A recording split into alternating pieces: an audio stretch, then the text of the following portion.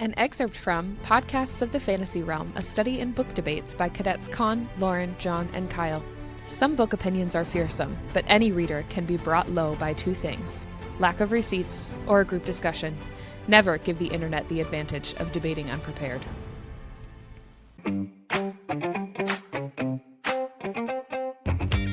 Welcome back to Between Pages and Friends, a book club podcast hosted by Con and Lauren, two besties who read a lot of books, and Jon and Kyle, their supportive gamer husbands who've agreed to read with them.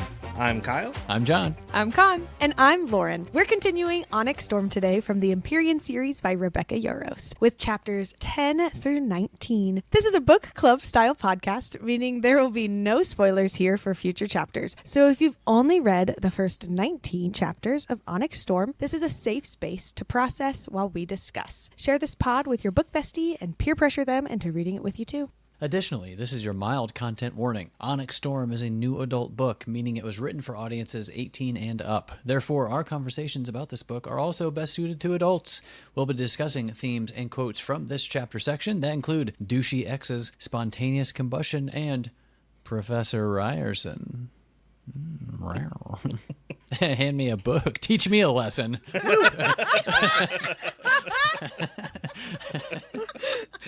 In case you missed it, we've just given our membership tiers a makeover in honor of our first birthday on Patreon. Our $5 tier is now called Book Bestie, where we invite you to be one of our book besties by being in our book club, joining us for live book events, talking all things bookish in our exclusive Discord, and more. Our $10 tier is now called Found Family, where you are not only one of our book besties with all of the aforementioned perks, but we invite you to join our Found Family and get early ad-free podcast episodes, merch discounts, and voting privileges on upcoming books and events, plus so much more. Check out our Patreon and see which tier fits you best. Lastly, the best way to support any podcast is by writing a review on Audible or Apple Podcasts. It only takes a moment, makes a lasting impact, helping our show reach more book besties. Here is a recent 5-star review on Audible from our new bestie, JillyB24, titled Adore This Show. I started listening to your podcast while reading the Throne of Glass series, and it quickly became a highlight of my week. When the series ended, I was nervous you'd move on to a book I wasn't interested in. I didn't want to lose the laughter and fun of your discussions, but because of the way you read as couples, I was inspired to ask my husband to start Fourth Wing with me so we could enjoy your podcast together. I absolutely love your show and look forward to every episode. Thanks, Jilly. Yay. That's my favorite. Jilly. And Mr. Jilly. Yeah. Hi, Jilly's husband. Props. Thanks for reading with us. So glad you're here. And welcome back to Con's Declassified Fantasy Pronunciation Guide, where we are referencing the audiobooks narrated by Rebecca Soler to highlight all the new names and places mentioned in this chapter section. First up in places, we had mentions of the Stonewater River, the Emerald Sea, Trifells, Fervin, and the Isle of Deverelli. In characters, we have the Quest Squad, comprised of Captain Henson, an air wielder, Lieutenant Pugh with Farsight, Lieutenant Foley, an agrarian, Cadet Aura Binehaven, fire wielder, RIP, Captain Anna Windshire, infantry liaison and Halden's flavor of the week, and Zaddy, aka Lieutenant Zayden Ryerson, aka the Duke of Tyrandor, aka Professor Ryerson, now teaching Signet sparring. And finally, His Royal Highness Prince Halden, douchebag Towery. In this section, we also meet Theophony, Violet's silver-haired Venon stalker, and she mentions Berwyn, another Venon that she trash talks, who apparently wants to be Violet's teacher. What just happened? Are you into Theophony, Kyle? Got a thing for silver hair. I don't know, it's the white hair, man. Is it the tattoo on her forehead? Is that what does it for you? Yeah. Yep, that's it. Yeah, that's a good one. Endless destruction. The target for my smooches. Right on that forehead. She weirdly knows everything Violet's going to do before it happens, just like you. Maybe that's why. Soulmates, if Venom have those. Can you have a soulmate with no soul? Let's ask Zayden. Also mentioned in this section are King Cortland of Deverelli, Narelle Anselm, the merchant Papa Sorengale tells Violet to seek out in his letter. Speaking of Papa Sorengale, we finally get his first name. He is Lieutenant Colonel Asher Sorengale. other characters mentioned here are Major Safa, General Kadau, General Tynery, and Lauren Yashil. And then on the death roll, we had Thaddeus Nation, Nadia Axel, RIP, that's a really cool name, Caressa Tomney, Melina Charleston, and Ruford Sharna. In text and excerpts, we have recovered correspondence of Nurali Ilan, the commanding general of Cliffsbane Fortress, to Lyra Michael, deputy commanding general of Basgiath War Camp, assuming this is Lyra of Moraine from the first 6. And then Captain Lara Doral's Guide to Vanquishing the Venon, Dark Wielders and Dark Times, The Last Admiral, a memoir by Admiral Levian Crosslight, and a history of the Second Crowland Uprising drafts by Lieutenant Colonel Asher Sorengale. In Dragons and Griffins, we have Scylla, Traeger's Griffin. I couldn't find a singular meaning for this one, so I don't know if there is one. Irid, the official name of Andarna's kind. She is an Irid scorpion tail. Heim is Ruford Sharna's dragon from Third Wing, who fell during flight maneuvers, RIP. And then Dagal was Ara's red clubtail, which also seems like it's maybe not a word or didn't have any specific meaning. In events and world building, we have Aranmint, an herb that helps with sleep and healing and is apparently illegal to bring outside of Eurasia. And the Emelian Citrine, a lesser magic amplifier worn by one of the members of the First Drift. And then finally, in gods, again, you know I was freaking out because we got another new god, bringing us to a total of 6. This god's name is Loyal, the god of love. Over to John with the chapter recap.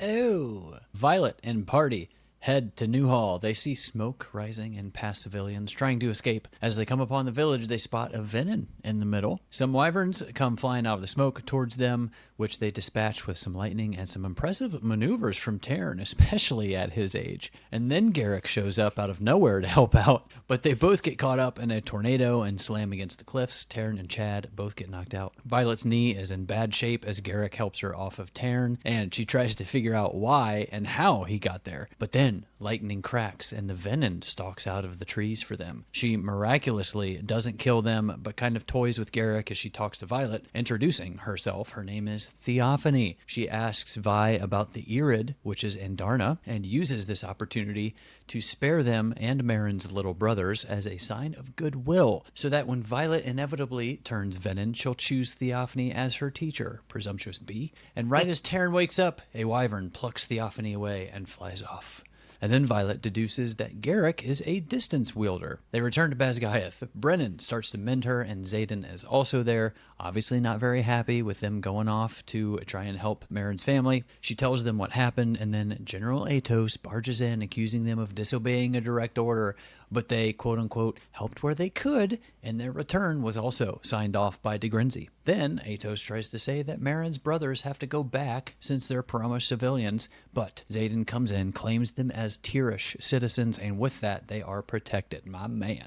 But of course, Atos finds reason to kick out Xaden and Garrick from Basgiath since they're stationed at the Eastern Wing. Their commissioned officers aren't welcomed at the Quadrant. You know, they shouldn't fraternize with cadets, and also officers won't have as much leniency under Atos, which means Xaden especially won't have as much leniency to visit. Freaking Atos. Atos storms out after his rant. Xaden orders everyone else to leave and then rushes in to kiss Violet.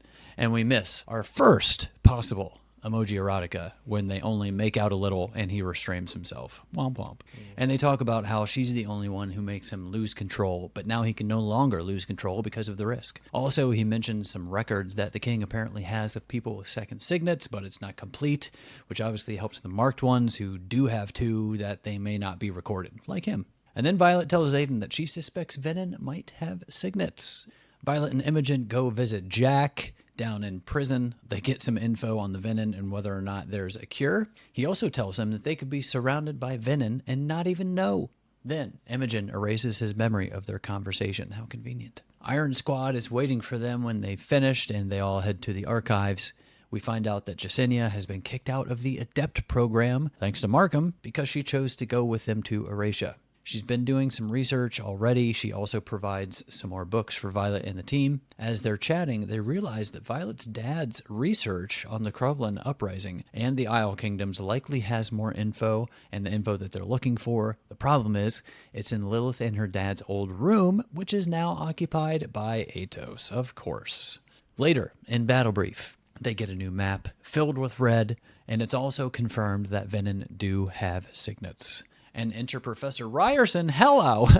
And with it comes new complications like Article 8, Section 1. Damn it! Violet finds Dane after class to ask him to steal the research from his father's room. Then she sees Xaden. Xaden tries to ask for an exemption from Article 8, Section 1, planning to go to Pancheck, but Atos beats him to it with a resounding, "Ha, yeah, right, dude, shocker." Atos also says something about not forgetting that Xaden killed the vice commandant, but on her way out, Violet reminds him that she was the one who killed Varish. She finds Dane again. Ultimately, he decides to help her get the research. Then they have their first meeting with the task force, a group of just very common signets put together by Grady. Really no one that Violet trusts, most of all, or a beanfucker. They argue about where to start their search when That got me so good. The way my jaw just dropped. 10 out of 10. Good job, John. They argue about where to start their search when Xaden walks in. He's basically forcing himself onto the team, so yay. Violet tries to get them to start south in the Isles, also sharing what she knows secretly, mind to mind, with Xaden. But of course, Grady isn't convinced, so he decides that they'll be starting in the north. And then that little bee aura hangs around to keep tabs on Violet, so we miss our second possible emoji erotica. Gosh. The next day, we get our Signet sparring lesson with Professor Xaden Ryerson. Am I the only one blushing? Lauren, okay. Woo. Goodness gracious. Is that a cardigan? With just the riders going up against Xaden to try and do even a little bit of damage or just something. But no one does, and then it's Violet's turn. Xaden toys with her, and not in the good way. Am I right, L-Dog? As he wields his shadows, trying to get her to sense their bond through the darkness, and she keeps asking why. She's starting to get frustrated, and his response is finally, "Because you're the only one capable of killing me." Ugh, Xaden, don't talk like that. What are you doing? Cut 2, the squad is hanging out in Shantara at the pub. Dane pulls Violet aside and tells her that he'll have to get the research himself since it's warded, and she'll just have to trust him to get it. So she tells him where it's hidden, and he comes through, getting it to Violet via Sloane, who has been on archives duty. And I just wrote, oh, just like Vi and Liam were. He hid it with some of the other tomes from Jasenia. However, there's a lock on the book. If you put the code in wrong, then there's a bunch of ink vials that release, destroying the pages. As Violet and Squad try to figure out the quote-unquote first love, they head to their second Signet soaring class. This time, a nice audience with other writers. Their goal is to take down Garrick. When it's their turn, all of Second Squad steps up, working as a team. Quinn and Kat get Garrick worked up and confused as Violet attacks with some lightning. Oohs and ahs fill the crowd. Garrick thinks she missed, but she torched his dagger right behind him. Obviously, she could have hit him if she wanted to. And then someone starts clapping from the top of the crowd, and His Royal Doucheness Prince Halden is announced as he takes a seat. Second Squad steps off the mat. Vi takes a seat next to Halden, asking him what he's doing at Basgiath. We learn that they used to date and that he cheated on her. The some bitch. Then he gives her a letter, opened, by the way, from Takaris, including news that the King of Deverelli has agreed to a meeting with noble blood only in exchange for the Emelian citrine, a valuable gem, which she will have to retrieve herself from Anka. If she agrees to get it, Halden will order Grady to start the search in the south. So, a lot of moving parts here. Halden then tries to get a little sentimental and invites Violet to dinner so he can apologize for what he did, and makes the mistake of trying to touch her when shadows slam him back against the wall. Xaden talks it off as trying to protect the first year on the mat from a lethal blow. Quick thinking, bud. Violet figures out the code to the lock finally, with Rhiannon there to help with the ink if needed, but it clicks open, and the first part of the book is addressed to Violet. He explains that the research contains his study of the Second Crovlin Uprising, as well as his pursuit of Feathertails, and also gives her instructions on what she should do if she gets this and he and Lilith are both dead. The instructions say that she must go to Deverelli via Cordon and look for a merchant named Narelle Anselm. Then Xaden shows up at her room, which isn't good with the whole rule thing, and obviously a lot of people watching them and tailing them here recently. He asks her if she ever loved Halden. They have kind of a weird conversation about it. They make out a little when he again restrains himself, and we miss our third possible emoji erotica. What the hell, Rebecca? 3 could have been so good. Anyway, Violet tells him about her dad's letter and Halden's deal, and basically what they need to do. They leave the next day and arrive in Anka 3 or 4 days later to get the citrine. Anka is decimated and deserted, drained from venom, which means that any wielding within that area would actually draw venom to the area. So they're trying not to wield. The riders are dropped off in the town square as they follow a hand-drawn map. Random side note here. If you've ever watched Band of Brothers, Grady here reminds me of David Schwimmer's character Captain Sobel when he gets his squad lost because he can't read a map. I'll have to share the GIF in the Discord, but anyway, if you know, you know. They finally come across the building where it should be. Some wind blows a bottle across the street, and Aura, like the idiot she is, brings her hands up like we're getting ready to wield. Violet reminds her, like, that's literally the worst thing that you could possibly do in this moment. As Mira calls out from inside that she's found it, a door creaks open from the opposite side of the street with a shadow emerging, as Aura blindly turns and blasts her fire in that direction, setting Grady on fire, as well as the house that he came out of, starting a chain reaction in the town. They race the fire back to the town square to escape, but they're not alone as Taryn warns of other wings in the sky. As they race behind Aura into the open of the town square, she gets a wyvern talon through her body and is taken up into the sky. Honestly deserved it after that idiocy, like, see ya, beanfucker. Shout out to Sigale, though, for a dope wyvern finishing move, you know what I mean? Then Violet takes out another wyvern with lightning, and they head back to Samara. Mira approaches Violet when they're there, handing over a note that she found with the gem that's now not so much of a gem, from, of course, Theophony. She knew they were coming, and she beat them to it. Amazing recap, John. Wow. As always. Big fan. Thanks. Good job. All right, chapter 10. Chapter 10. Let's start off with something Violet said that I thought was interesting. She just said, I'd almost forgotten how wild magic feels beyond the wards, how accessible. Yeah. Taryn's power seems endless, deeper than the oceans I've never crossed, wider than the sky above us. And I was like, this strikes me a bit as odd because, like, I know they limit magic to dragon magic within the wards, but are they just limiting all magic then? And maybe dragon magic's powerful enough to overcome the wards enough for them to use it? Because why else would it be like, oh, even his magic feels more powerful outside the ward? Well, and that's interesting. I feel like I'm thinking about this more and more on the reread too, because there's another moment later on where she says, like, she's compelled, she almost feels the urge to, like, how is it phrased? Something about drawing like runes from the sky. Yeah, I have that one highlighted when we get there later. I Yeah. have the quote in here somewhere. But something about, where she feels that she could just, like, pluck it out of the sky. But I took that as her signet was growing, and she felt like she had more power herself. Because even in that conversation, Taryn's like, you're more aware of the power in the world just because your body or you are getting used to the power. But then why would it still be something she notices coming out of the wards specifically? Right. Because it's not in the... If she's getting more powerful, then she should feel it in the wards too. Like, oh, I have more access to Taryn's power. But she does specifically say, like, wow, magic feels wild out here. I don't know. Just a thought. Because, like, they also said, you know, the wards were supposed to block Venom, but we learned that that's not true. They just block them enough that they can't do all their Venom, you know, tricks. They can still wander around. They're just a little weaker. Right. Yeah. I've always wondered about that too, like when they're in the wards, because like Jack says that they're just like walking around, but then we see these other sages and mavens and stuff, and they have the red veins and the blah blah blah. Right. So does like the wards put their veins back to normal? Like, does it just make them look normal again, or are they able to like hide it when they get so powerful? Obviously we don't know, but Either that or they're just sending like initiates as spies, the ones who don't look too Venom like. no, because Jack said initiates and stuff they would have it, but a maven could be walking around and you wouldn't even know it. Gotcha. Or whatever. That was kind of, John and I talked a little bit about this. That was kind of my assumption too when we got that first breakdown of like the Venom hierarchy, because it said it was describing what each stage looks like.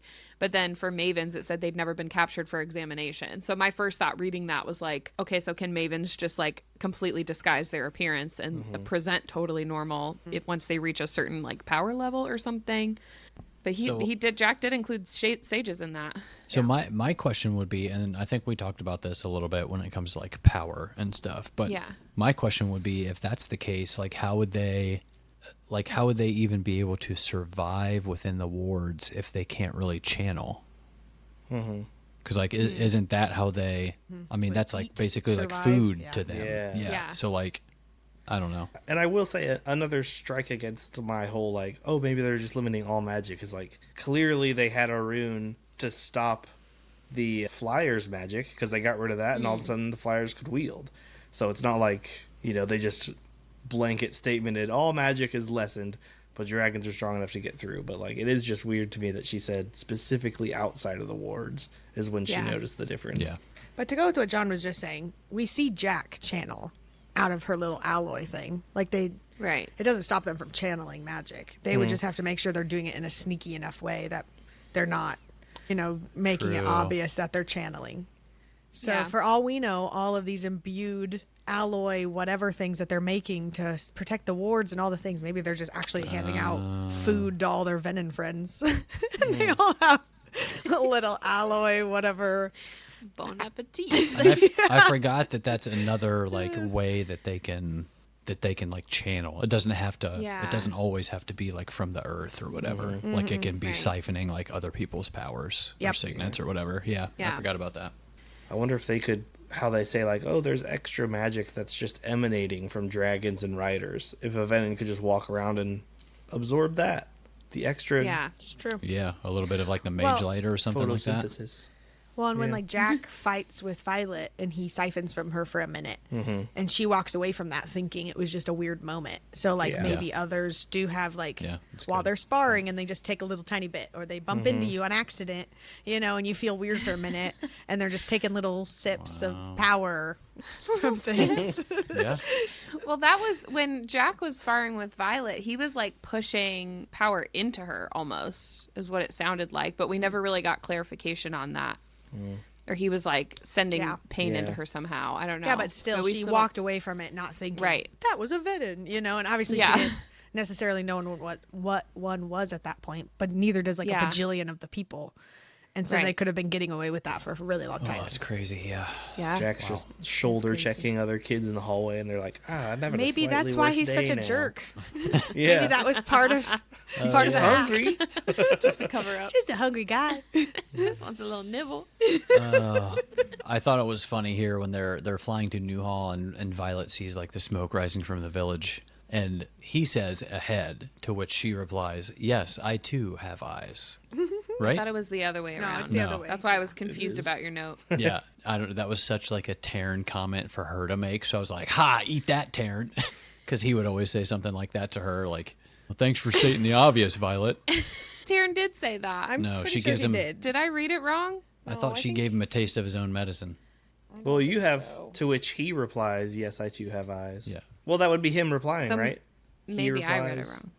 Yes, I don't know. Yeah, I thought he was the one Oh. who said the snarky comment. Oh, I thought she said it. She said it. Okay. And Overruled. in my Okay, story, in my book, she's the one that said it to Taryn. I reject your reality and substitute my own. I also just had to note here that Taryn whacks this wyvern with his tail, and the wyvern spins off, missing the lower half of its jaw. Yes, amazing. That was insane. I think that was one of the details I must have missed on my first read, because I had to go back and read it a couple times. I was like, what? Oh yeah. I kind of thought you put that in there because you were going to make us drink because it said the word jaw. But, okay. Oh, cheers. I was like fully prepared. His jaw to flexes grab- completely off of his face. Drink. Drink up. I was fully prepared to grab my cup right now. We do have plenty of those coming in this episode. Yeah. Okay, cool. But then in these same moments, Violet, she releases another strike, guiding it with the motion of her hand, and it hits true, severing the wyvern's head from its neck. And I was like, oh, it's like, I love a good decap. It's good stuff there. That was good stuff. And then when they notice the Venom in Newhall, Violet says, "It's her, the Dark Wielder from Jack's cell. My grip tightens on the conduit." And I was like ready for a fight here. I was like, "Oh yeah, doesn't really happen." So I was a little disappointed, but just her having shown up again too was just like, "Oh, like okay, we're gonna Yeah. get some back and forth here." And then Taryn does another like maneuver here. Taryn punches his tail forward underneath us, swinging his body in a way I've never experienced, and I fall backward, my stomach lodging in my throat as the ground takes the place of the sky, and the strap pulls tight across my thighs, holding me upside down long enough for my heart to pound in my ears twice. So he literally does like a somersault and whips his tail. Like, yeah, I would not have expected something like that from him. but that was pretty dope to read. Crazy. We just like literally never seen anything like that from him. He's like done like a hard turn or like dove really quickly or like gone up. But that was crazy. I think some of that has to do with that Violet wouldn't have been able to handle it at those moments. Yeah. Oh, yeah. Very Like, true. The more that Violet is used to it or might be more comfortable with things, I think we'll see a lot more from Taryn. Yeah. At least I hope so. I think that'd be cool. Me too. Kind of surprised that she didn't like call him out on this one though, because she's always been like, why would you turn that faster? Like, you're in the saddle, you're fine. Like, that was a perfect setup for another one of those conversations between them where she's just like, what the hell are you doing? Yeah, flip me upside down. What the hell? But maybe now that she didn't, he'll be like, okay, now she's really ready. Like, she's not complaining about it anymore. Well, while they are having this battle, all of a sudden Chad shows up. Chad. She thinks at first that is it Atrum? Is that how we say it? Atrum? Atrum? She thinks at first that it's Atrum, which is Riddick's brown dragon, but instead it is actually Chad, who just like shows up. And when we first talked about Atrum in like the Fourth Wing episode or something like that, and I was like, actually, I just read a part of the book that says that I know for a fact that Chad is brown and so is Atrum. And it was this part right here because they got confused about it or whatever. Anyways, I just thought that was funny.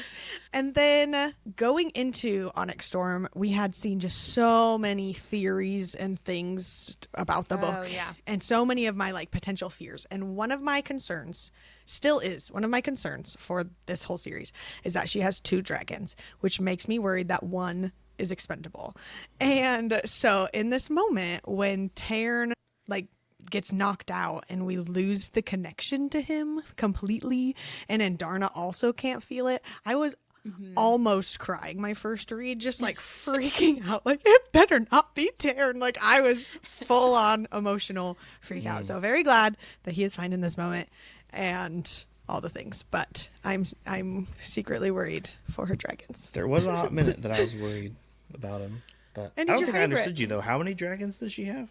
2 dragons. Oh, okay. Couldn't understand you the first time. Yeah, so sorry.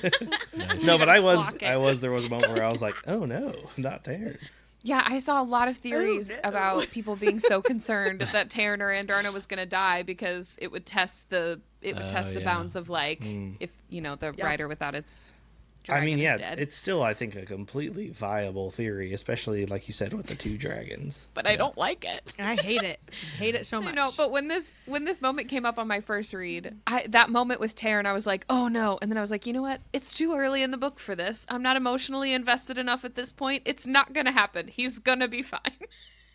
I That was know, my but reasoning. I for feel like talking that's myself when through the chapter. That's when Rebecca's gonna get you, when you least expect it.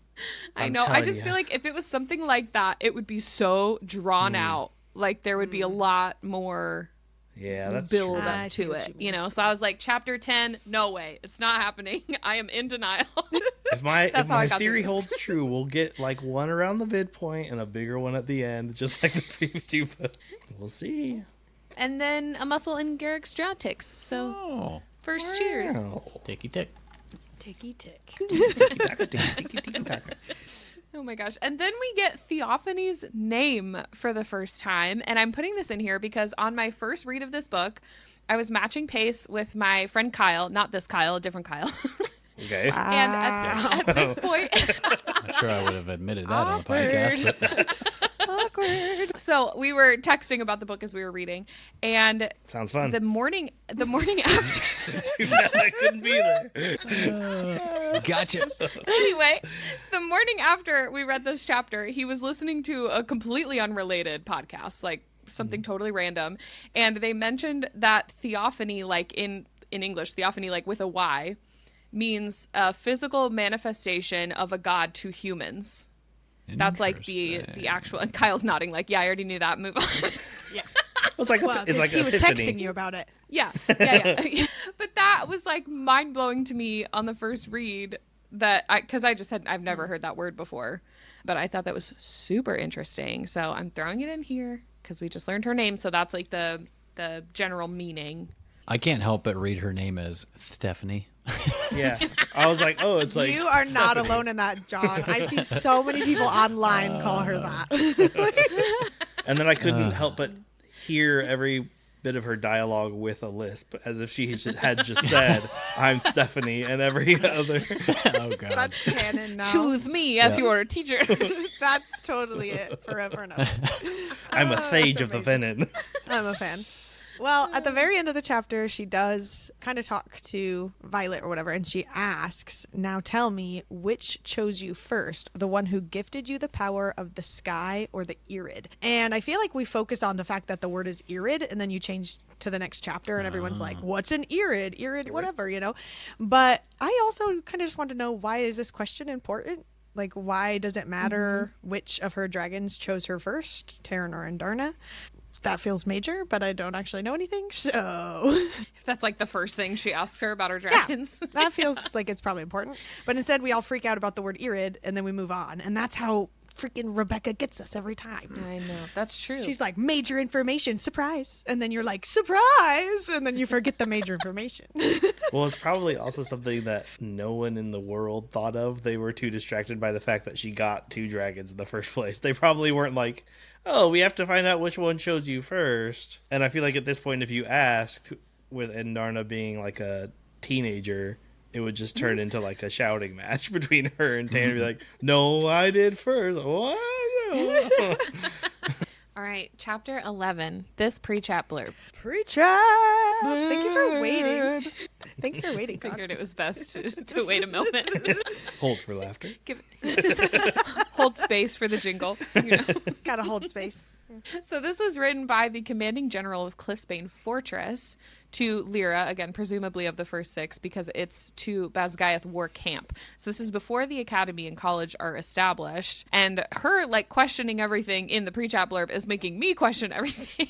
And I didn't think about this on my first read. So it says, "In the hope and excitement that this new development of the bonds between dragons, griffins, and their humans brings, I wonder who has stopped to contemplate the nature of magic's balance," which is a concept we are familiar with.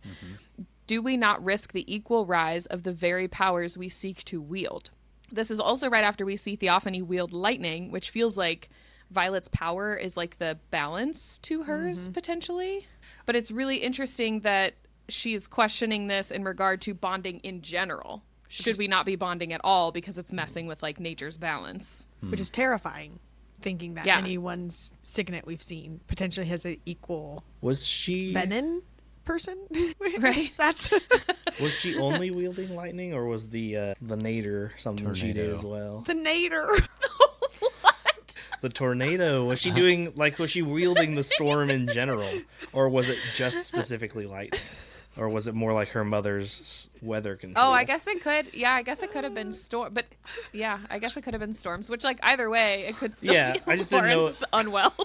Lauren, it wasn't that funny. Come on. You said the nader. Your Texan came out. But yeah, but either way, I mean, this was the thing that made them think, oh, maybe Venon can have signets. Which then, I mean, in that case, like, we had a storm wielder as well. So it would be really interesting if, like, this was, if the balance, but I don't know. I guess I'm still trying to figure out why, if, like, bonding was messing with nature's balance, and then signets from bonding were balanced with Venon, which also seemed to be messing with the balance of nature. Like, I'm confused about those 3 different elements that we are, like, trying to figure out now. Like, nature has its own balance. It's also bonding and Venon. Perhaps humans were never meant to wield any power in the first place. And whenever they Right? started... That's kind of where that led me. Yeah. I don't know. But then it's like, it's the Empyrean series, and it's literally about people bonded with dragons. Yeah. But see, But how else would we learn about the dragons? I don't think the Empyrean series has anything to do with the people bonding with the dragons. Because when the Empyrean have a meeting, the humans don't get to go. So Right. I think that the main premise has something to do with just the dragons. We just Yeah. don't know what that is yet. It is the Empyrean But that's my series, not personal- the Basgiath series. Yeah, that's my personal thoughts and feelings. I have absolutely no facts other than that one meeting where the humans are not allowed to go. Those are my favorite theories. No facts at all. Just going off the vibe. Just vibes. Vibes and naders. Yeah. I will say, like, we've talked about, like tropes we do and don't like. Nature rebalancing itself at the corruption of, like, who lives there. One of my all-time favorites. I love to see it. Ooh, okay. I don't know. Love like that. Excited for that. Sweet. Will we see that in Yeah. a future book that you're writing, Kyle? Probs. Behind the scenes. Okay, so she continues this conversation with Theophony. Well, I think they're on the ground now, and Theophony like comes out from around Taryn and says something to the fact that Violet is mortal. To which Violet questions, mortal as opposed to what? Immortal? How effing old is she? And I also would love to know that answer. Because if she's only, I mean, like, all we know is that she's wielding lightning. So is she the opposite of Violet? And so is she only old as Violet is? Is she only been around She's gotta be older. that long? Or, I don't know. Well, it says like her tattoo is faded too. And her hair's white. Make me think that she's. I have a note. It's silver. It is about not white. this later. Silver. Silver one. A little bit. Oh, John, you have a note about this later? Yeah. About her being super old? Yeah. Oh, yeah, we basically. talked about it a little bit. Yeah. Okay. Okay, cool. Well, I will say, like, this was one of the things that was sort of aggravating to me that she did in her inner monologue, where it's like, mortal as opposed to what? Immortal? And I was like, what else could it What be, else? Violet? Dead? Obviously not. well, and Wasting also, precious time. why doesn't she ask something like that out loud? Like, Right. try to Because she get some sounds answers. stupid. I don't know. Because Stephanie would be like, yeah, immortal. That's what I'm saying. So good. Well, finally, Taryn comes back to life or out of consciousness, and it says, relief pricks at my eyes and my vision wobbles. And he says, do not dehydrate on my account. That is so funny. If every time you cry, you're just dehydrating yourself. It's such a funny way. I'm so Now our dehydrate dehydrated. counter. I'm so dehydrated. I'll start saying that Cry all when the you or the time. girls cry. Don't dehydrate. Come on. It's so good. I love it. My next note was just, in general, Garrett's Signet reveal. Both of them, really. Yeah. Yes. We didn't know what it was for a long time. Excited about this. I know. When it was just air wielder, I was just like, oh, okay. I was like, whatever. I don't know why. But being like a world walker, or is it distance wielder? What is it Distance called? wielder. Yeah. But Theophany calls him a walker. That's what it was. A distance wielder. But Violet says to herself, no one has done that in centuries. And so it's like, is this another one of the original 6 signets? Because it seems pretty BA. Yep. And also, it's conveniently also not been around for centuries or whatever. Yep. So maybe he's also one of these potentially, I don't know if the 6 are coming back or all the signets together on one. Like they were saying with the lightning and the shadows haven't been together in however long. So, I don't know. Maybe Garrett's part of the cool kid club. It was interesting, too, that he said, like, it wore him down or something when he did it, or, like, drained him. It'd be interesting to see, though, if that was true in, like, short distance. If him on, like, a small battlefield could just boop, boop, boop, boop, boop, boop, boop, all over the Yeah. place, like Nightcrawler or something. I feel like Yeah. that would make sense. That Yeah. he would be able to do shorter distances more and a long distance less. Like it sounds like that would take less That's energy. logical. But yeah. And this is when they're all like finished up. They start heading back. They land back at Basgiath. Xaden is there. He helps Violet down off of Taryn with his shadows, and she says, my, I brush a lock of dark hair off his forehead. What else can you do with those shadows, Lieutenant Ryerson? Okay. Oh, stop. Answer the question, Zayden. Answer the question. And then and then Xaden locks his jaw. Cheers. Cheers. Wish he would have answered the question, but it's fine. Yeah. You know. It's funny because the other day Kyle asked, because he's reading another book right now that has a Shadow Daddy in it, and he was like, "It's just a thing I need to get used to.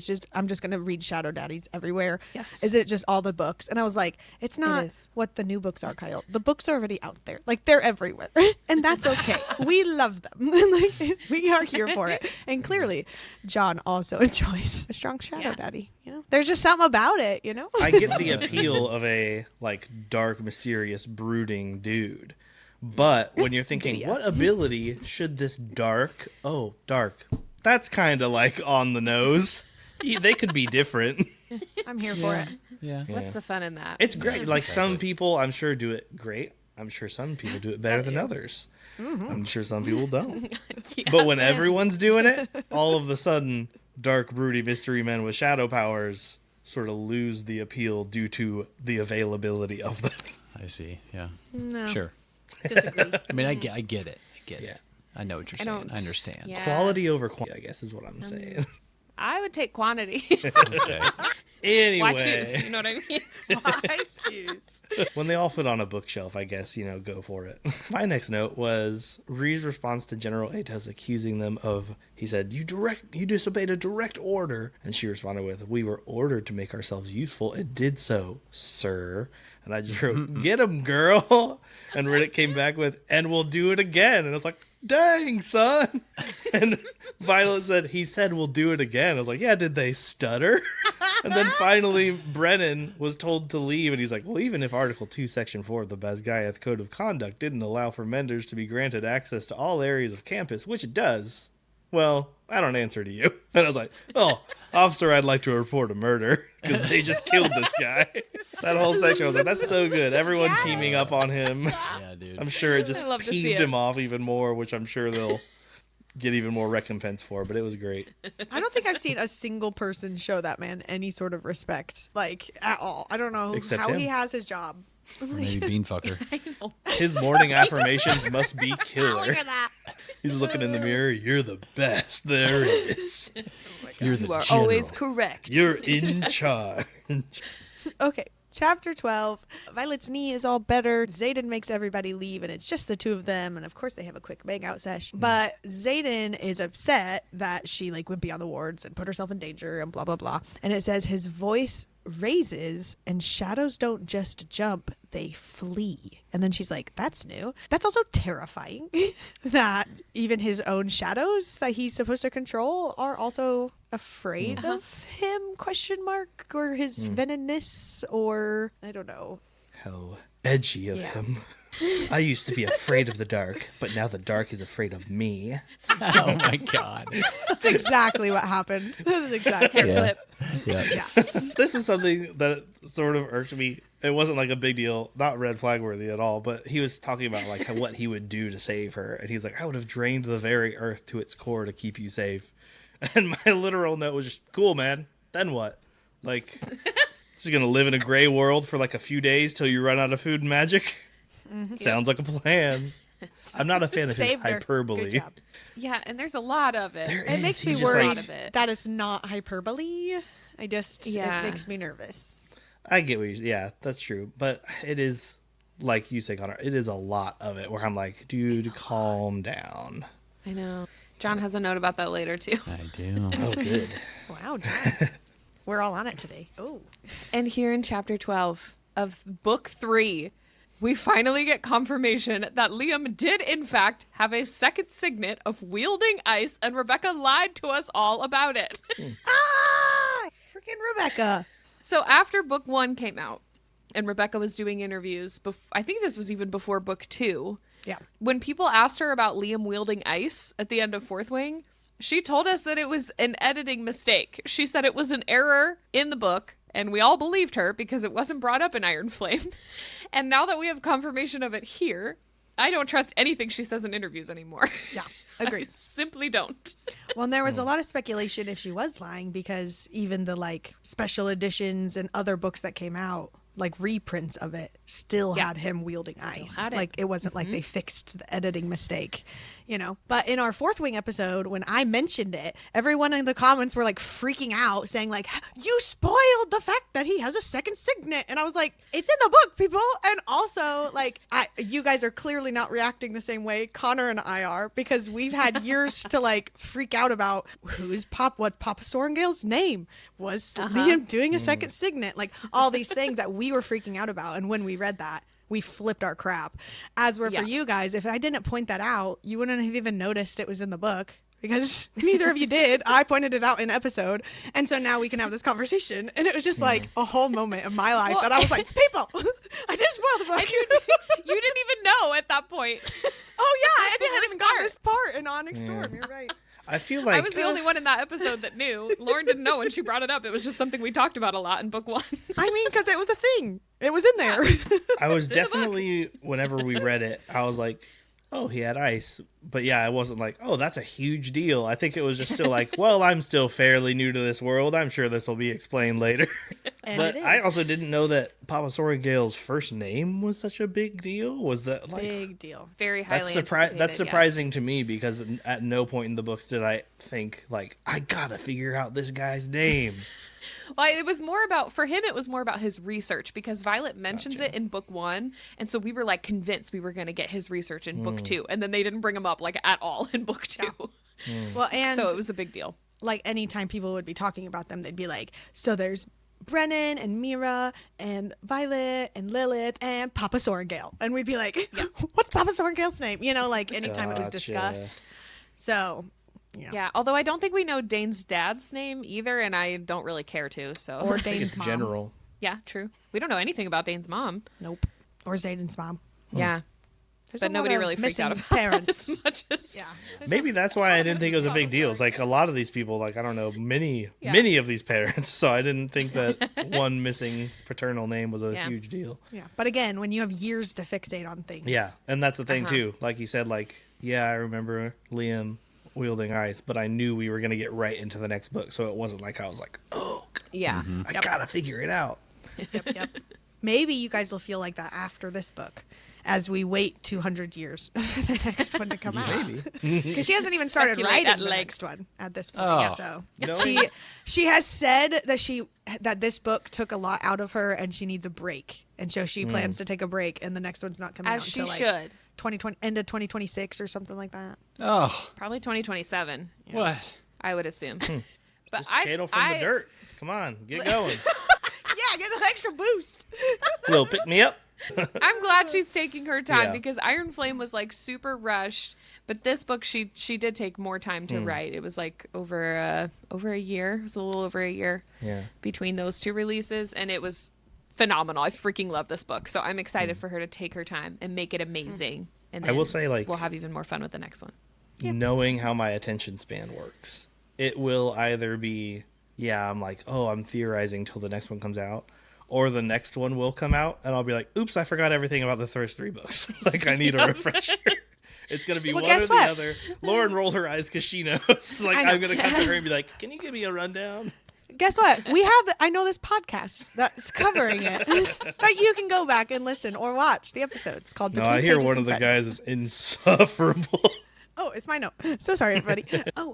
So we're talking about having second signets, and Xaden obviously like confirms that all people who have a Rebellion relic, it also gave them the power to have a second signet. And she said something about like, is that why you guys chose the dragons or whatever? And he was saying something. He said, no, the dragons came looking for us. They knew what they were doing. He says if you wax in the middle, it was more because they had some sort of connection to us. But he said it's more that they are building their own army. And a corner of his mouth rises.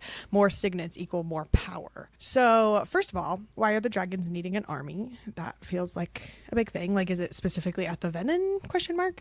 Is this why those dragons decided to wait and hatch until they were in Arisha when we were there in Iron Flame? That was one of my theories. Like when they decided you hatched in Arisha and blast of power, and now there's a new hatching ground, and caused this whole moment where they were like showing, hey, Wyvern, everybody, we're right here, kind of a moment. Like, were they trying to get closer to potentially where others with Rebellion relics are, maybe? How long have some of these dragons been waiting? Like, are they still in an egg and then they've decided to hatch? You know, like Andarna was in an egg for like a bajillion and 1 years or whatever. And then also, is this why some dragons are less willing to bond? Like how there's been like less and less bonded because they're just chilling around waiting till a marked one gets of age and then hopes they pick them or something. Well, to clarify, I don't think it's the relic that gives them a second signet. I think it's that the relic identified them as like a child of the rebellion, and so the dragons were like seeking them out because they knew that they were more likely a descendant of a former rider. Because that's what gives them the second signet, is bonding a dragon who has bonded a direct ascendant. I thought it of was the rider. relic because not everyone who was probably a part of that uprising was a rider. It would make So them. that wouldn't make all of those parents riders. Like, were Well, but Liam's not all- parents riders? I don't know. You know what I mean? Like, they I could have know- been well, if his anything mom- else and just part of the rebellion. But I don't know. I don't know if we get like a... Do we know if like all marked ones have a second signet though? I mean, he said there were like enough of them for it to be like a trend, but not enough of them had been recorded for them to be suspicious. Now I don't remember. In my head, I thought that it wasn't the relic that gave them that. It was the relic that like cued the dragons to be like, oh, hey, this is a child of somebody from the rebellion, which would give them a higher chance of having a second signet. But it's not necessarily that it's a child of someone from the rebellion. It would have to be of someone that was a rider of that dragon. Yeah. Because it's someone like a previous rider in their ancestry. So it would make it even harder. I Googled it. And it just says, in the Fourth Wing series, the marked ones with Rebellion Relics are revealed to have second signets, likely due to the dragons bonding with them and potentially their ancestors' dragons granting them additional powers. So, yeah. I thought it was just the relic. But I guess that makes sense, that it's like with their ancestral line. Yeah. And that might make it easy for the dragons, too, if they just intrinsically know, like, oh, yeah, that person's definitely the descendant of my old rider, so I'm going to go straight for them when it's time to bond. But wouldn't they already know that? Like, why do they need the relic to tell them that? But, well, no, I think... That's just would they know that? I mean, I figured, like, I don't know if this had anything to do with it, but, like, at presentation, if they can see everyone, they can see, like, how many of them have relics, and those are ones that they want to, like, scope out or something, because they know that that's, like, more likely. Well, and one thing they can confirm is that the Rebellion Relics will be a rider. It's not guaranteed that all your ancestors, or like if I had children, it's not a guarantee all of them would go be riders. However, because they're marked, they are forced to be riders. Oh. So that is a guarantee, you know? And so they know for a fact the great grandchild of my previous rider is going to be a rider in 3 years or whatever it is. Yeah. And so they could just wait around. But it still doesn't change a lot of my questions. Right. Like, you know what I mean? Like, are dragons waiting to hatch? Are they... Yeah, is that why there's like less willing to bond because they're just sitting around waiting for the marked ones? I don't know. My next note here, so this is when Violet tells Xaden that she suspects Venon has signets as well. And he like immediately, says that he believes her. Probably because he's seen a lot of, my guess is just from his experience, first of all. Sure. But so my response to this, to go kind of from our conversation earlier, was that because some of them are writers, and the higher ups in the Venom are probably some of the first 6. Like, literally, Xaden has his signet and he's a Venom. Like, right. He's literally one of them. So it's like, I don't know. I don't know why she's I don't know why questioning this hit. Yeah, I don't know why this was like. She makes this seem like such a big deal, kind of thing. Like everyone's like so surprised when they talk about it. Yeah, it seems like such a simple conclusion, and maybe it's because of the fact that they ride wyverns instead of dragons. Which to me tells me that either the dragons die or it's something like Jack. Like Jack was able to kill his dragon and he's still alive. Right. Yep. Yeah. So maybe that's something, I don't know. Maybe they keep the dragons around, or maybe that's part of like becoming a Venom. Maybe they like have to kill their dragons or something. Or drain them. That's so scary. Yeah, or drain them too. Yeah. And Sigale and Tarn. That's a great point. And Violet having 2 dragons. Yep. Well, that's why we were all speculating at the end of Iron Flame, like, is Sigale gonna, like, because she wasn't talking to Xaden. She still hasn't really. Right. Like, is there a way for her to choose to, like, unbond or something because he's turned Venom, or, there were a lot of just questions surrounding that. Just quick side note, Xaden sends this letter to Violet through Imogen. And they go through all the trouble of like doing it the secret way so that nobody would read the letter and stuff. But then she opens the letter and it's addressed to V from X. And I was like, you couldn't have like come up with a cool secret code name or something. Like you're going through all the trouble to make it secret. But if somebody opened the letter, you have like super obvious initials in there. I love that. That's my quick side note. It made it easier for Jasenia later when she had to transcribe all this information. Right, you're right, yeah. Like at least address it and sign it as he did the outside of the letter, like at the very least, because it was like to Imogen from Garrick, right, or something like that. Yeah. But then this is also kind of a quick side note. Emery and Heaton are like outside of Jack's cell. They're like guarding his cell, and they're playing cards to pass the time. But Emery says in passing, like, you have unnaturally good luck with cards. And then Heaton says, Zanal is with me. And I thought this was like a cool hint at first to Heaton's signet. And then I had to look it up because I forgot that we already know Heaton's signet from book 1, and it's breathing underwater. In book book one, they find that out like during the War games or whatever. the war games, yeah, when they're like they're like, okay, what's everybody's signet? How are we gonna work together? And Heaton's like, I can breathe underwater, and they're like, that's not very helpful right now, but thanks. Or ever. Is there even like an ocean? Like, are they around an ocean or a swimming pool? Well, that's what. So I have some theories formulating regarding this, and so I'll talk about it a little bit more later. But I just thought that was funny. It must be let down for him knowing like has someone who fights in the air most of the time. I can breathe underwater. And how did you find that out? Were you just like in the bathtub? Yeah, in the tub. Someone was giving him a swirly. He's like, "This is fine." This is fine. Jokes on you, pal. His legs are up in the air. Oh my Zanal is with me. I was so lucky.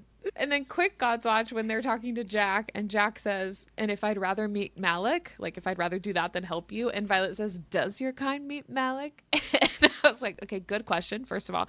But then also she brings like orange peels in a little vial for him if he wants to just, take the easy way out. And my other question was, do Venon have allergies? Because it's hilarious to bring him orange peels.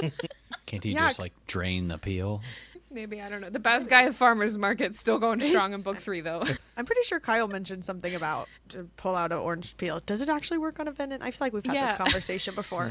But it's funny that it is. Well, we don't actually know, but at least that he's still afraid of it. Like, what if there's an orange tree in his vicinity when he's like draining something? No! He starts like hacking up, like, no, oh god. Does he still does his throat still closes up, or is it a different reaction anyway?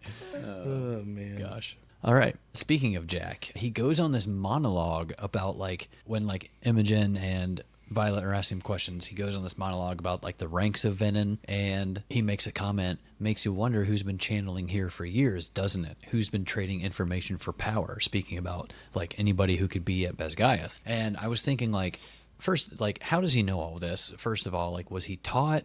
And I was thinking like maybe by Varish, like maybe Varish was Venom. I'm thinking like Nolan, since they apparently spent a lot of time together, and he like tried to heal him, which that's a whole nother thing. But I feel like it almost has to be someone at the college, unless he was just taught for a time, like after his quote unquote fall or his death, and then like was then sent back to Basgiath like undercover to try to get information or get to Violet or whatever. It just seems like, especially after we find out that they have teachers and they almost have like their own, I guess if you want to call it a school system, but it's like some kind of teaching system. Like he had to have learned this from somewhere.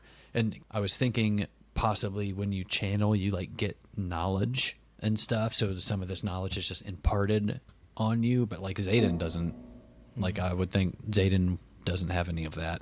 He can sense the others at the very least, but I don't think he has like intrinsic knowledge of that's outside of what he knows from fighting them. But so it's like I just thought this was very interesting. I feel like it would also be actually kind of smart for them to have like some sages or some mavens within the professors or the higher ups at Basgiath, and they almost have like their own little secret school as Basgiath if there's a bunch of them undercover there. Especially so they're like Scribe learning Quadrant. Yeah, where exactly. They can control information and stuff like that. I mean, I'm convinced Varish was a Venom because they killed him with the alloy hilted dagger or whatever, and he was just the literal worst. True. And he was a higher up.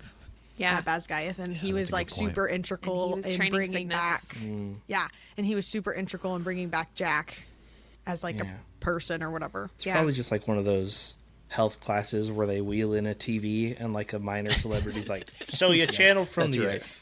Your body's going through changes. Wheel in the TV though. Ven and Ed, V Ed. I don't know what would you call it. Ven Ed. Oh, I was gonna get my Ven Eds out of the way, then I can go mine. Your body's going through changes. For some reason, he's from Boston. You're like, I think I saw this guy in a movie from like 1985 or something. Like, where has he been? Is this what he's doing? Hilarious. In the same conversation, Violet asks if he has to be taught, like if Venom had to be taught.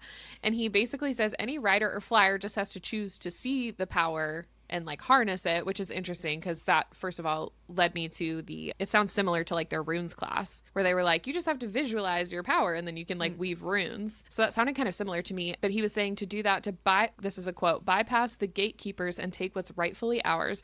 Power should be accessible to everyone strong enough to wield it, not just who they see fit, they being the dragons. You conveniently see me as the villain, but you're bonded to two. And then he says there's no cure because magic does not negotiate and we do not wish to be cured. So especially interesting, I feel like after Zayden's comment about dragons seeking out the marked ones and trying to basically raise up their own army with extra signets, but like generally just wanted to get your guys' thoughts on this whole little monologue because there was a lot here. Good stuff. Didn't know if you guys had something. Nice. I was just gonna say, I did like it because it's like a believable reason, first of all, like for Right. them to do what they're doing. They have had their own power limited. Because I remember, like, way back when we were theorizing about them, I was like, I'm happy that they are living, breathing things that are not like Right. feral creatures and they can talk and stuff. So, like, they are their own society. So it makes sense for them to feel slighted by those who may not even have been around as long as they are. Like, because if these Venom are as immortal or whatever as Violet thinks, then they could have been around for longer than or just as long as humans. Yeah, I had highlighted this same part, but I only highlighted the part where he says, you conveniently see me as the villain, but you bonded to two. And I was like, bonded to two dragons? Or is he meaning I'm the villain, but you've bonded to two villains? Saying that the dragons are villains? And then I have seen this theory online as well, where people think that the actual dragons themselves will be the ultimate villain and that they are actual gatekeepers. And we're going to find out that it is actually them like keeping all of this down in the world so that they're ultimately the most powerful or feared or whatever, or somehow that it is turned in that. I could see that. Yeah, because it's interesting that he's saying there's no cure because magic does not negotiate. So like the Venom think that they're on the side of magic and like nature being in balance and that the right way is that everyone has access. But then, so to them, the dragons are the villains. But I just feel like we don't know enough about any of this yet. I mean, to really decide. Yeah, even like, I don't know, in whatever other books or worlds, like usually the villain believes they are correct for whatever reason, Right. or being a helper or whatever. They just go about it in the wrong way, or like saving the world or whatever. Yeah. But, and so, yeah, it comes down to like which one actually is doing it the wrong way. Is it going to end up being the Venom or is it going to end up being the dragons? And I think the only reason I actually question it is even because the beginning we're told it's the Griffins, they're the bad, they're so bad. And then we find out, just kidding, they're our best friends and we're going to work right alongside them. And now we're told it's the Venom are the worst thing. And so now I'm just like, but maybe. But maybe. But I don't know. I have some larger theories about this formulating, but I feel like not necessarily that there's, I don't know. I feel like it'll be better to talk about like after having completed the reread. Sure. But these are all kind of like, I feel like it's coming together. I'm cooking something up. Stay tuned. Just hold on to it. I like what you were saying, Lauren, too. One of the things that always gets me about these stories in general is that they are, like, how big is the whole world? Because this seems like a pretty centralized fight. Like, is everyone in the world suffering from this? Because the Irids apparently left. How are they doing? Like, they could have just moved off and are, like, on some, tropical island somewhere and be like, oh, we don't have to worry about that stupid war anymore. Yeah, for real. Well, and they make it sound like, I think Terrence says in this section that there's no magic beyond the continent. And I highlighted it and wrote, well, that can't be true. Right. Right. I mean, I did the part about the Emerald Sea where they were like, no one's been across the Emerald Sea. There's no way. And I highlighted, it's in my notes here. That's like, so there's people across the Emerald Sea, right? Yeah. That's like, right. Totally. Yeah. And people that are like, you'll go over there and be like, oh, we need your help in the war. And they're like, what war? We've had Who are eras you? of peace. yes. And the fact that, like, the college, the Venom, and the dragons all admit to being like, we're also secretive. We're not going to tell you our motives. I mean, like, that's like a big red flag for siding with anyone. You probably want to be in the know with what you're fighting for. Yep. And to kind of end chapter 12 here, after they're done having their conversation with Jack, he mentioned something about like telling Yesenia or like a scribe or something like about their conversation. And Imogen steps in and she says, hard to talk about something you don't remember. And then his grin slips, and I like at this moment I was like, I totally forgot that this was her signet. So obviously they wipe his memory of the conversation. Yeah. And then we move into chapter 13. Mm-hmm. I always want to know what Imogen is actually up to and how many times has she wiped Yeah. Violet's memory or, like Right? Violet's around her so much, but do we actually know everything that happened between them or is Imogen messing with crazy. stuff? Wow. Uh-huh. Convenient that even John forgot that's what her signet was. Yes. I know. Wow. Almost as if. That's funny. All right, that does take us to chapter 13 with the most awful pre-chap. Ugh. For Jasenia. It's the literal worst, and we find out that she got like demoted or fired or kicked out of the She goes. program. She got kicked out of the adept path. The adept Which path. is- The program. You sound Yes. like Sawyer. She got pushed, kicked, something. Like when he couldn't sign it Oh, right. yeah. Yes. I want here. Yeah.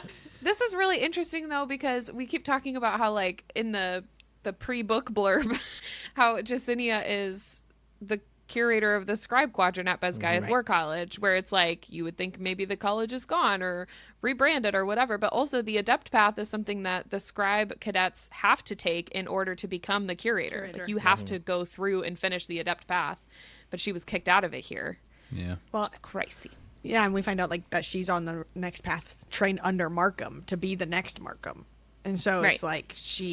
like he literally just kicked out his most promising student or whatever Yeah. because he's the worst. She clearly gets like reinstated or gets back into the program at some point. At some point, Right. yeah. Let's face it, she was bound to happen. Markham's silver medal anyway after Violet, so he's down to whatever bronze student he had. Awkward. I'm just surprised Markham still has a job. They're like, Yeah, for Yeah. real. he Can literally you not keep like your interns, dude? no, it's like the fact that he literally has the rewritten history book. Yeah. Like he rewrote it. His name is the author or the whatever of the person who rewrote the history, and everyone in the world now knows, or at least in Navarre or whatever, Yeah. that it's fake. That But they they're kept Venon that and dude at the job. Like nobody's questioned that. Nobody's been like, should we bring someone else in? Like Nobody came in and was like, "Hey, did you know about this? Or, what have they you been just left doing him at for his job." years?" At his annual review. He probably had like one book tucked behind him. He's like, yeah, this one explains everything. It was a big thing, whatever. Tomes got swapped, it happened. here's those missing pages that were ripped out of that other one. Oh, I dictated that and my secretary wrote it, so we'll have to talk with them. They probably mistranslated. That's why Jasenia got kicked out. Yeah. Yeah, yeah. translator. And then Yes. whoop, whoop, whoop. Read So it. excited. Read it. Read Read it. it. Read it. Read it. Read it. Read it. Word for Go word, on. Connor. Riddick bed hops like a fucking frog, but no, let's give me crap. We make it a few more steps before none of us can smother our laughs. A frog? Riddick grins from Sawyer's left. That's the best you can do? A frog? My note here was ribbit with a cry emoji. So good. Uh, What's amazing about it is So that perfect. none of us knew or remembered that this part was coming when No, you I accidentally forgot. said ribbit instead of Riddick, however many episodes ago. That's Several. hilarious. So good. Oh, yeah. That's all. That's the note. Ah, Incredible. amazing. 10 out of 10. Oh, and then keeping with Riddick and just this whole conversation, they were talking about each of their relationships, and they were like, but we can't talk about Violet's because they're always, fighting. And Riddick was like, yeah, and they're fighting about the same thing. And then, like, in the most dramatic way I can imagine, in the most Riddicky way, he puts his hand to his chest.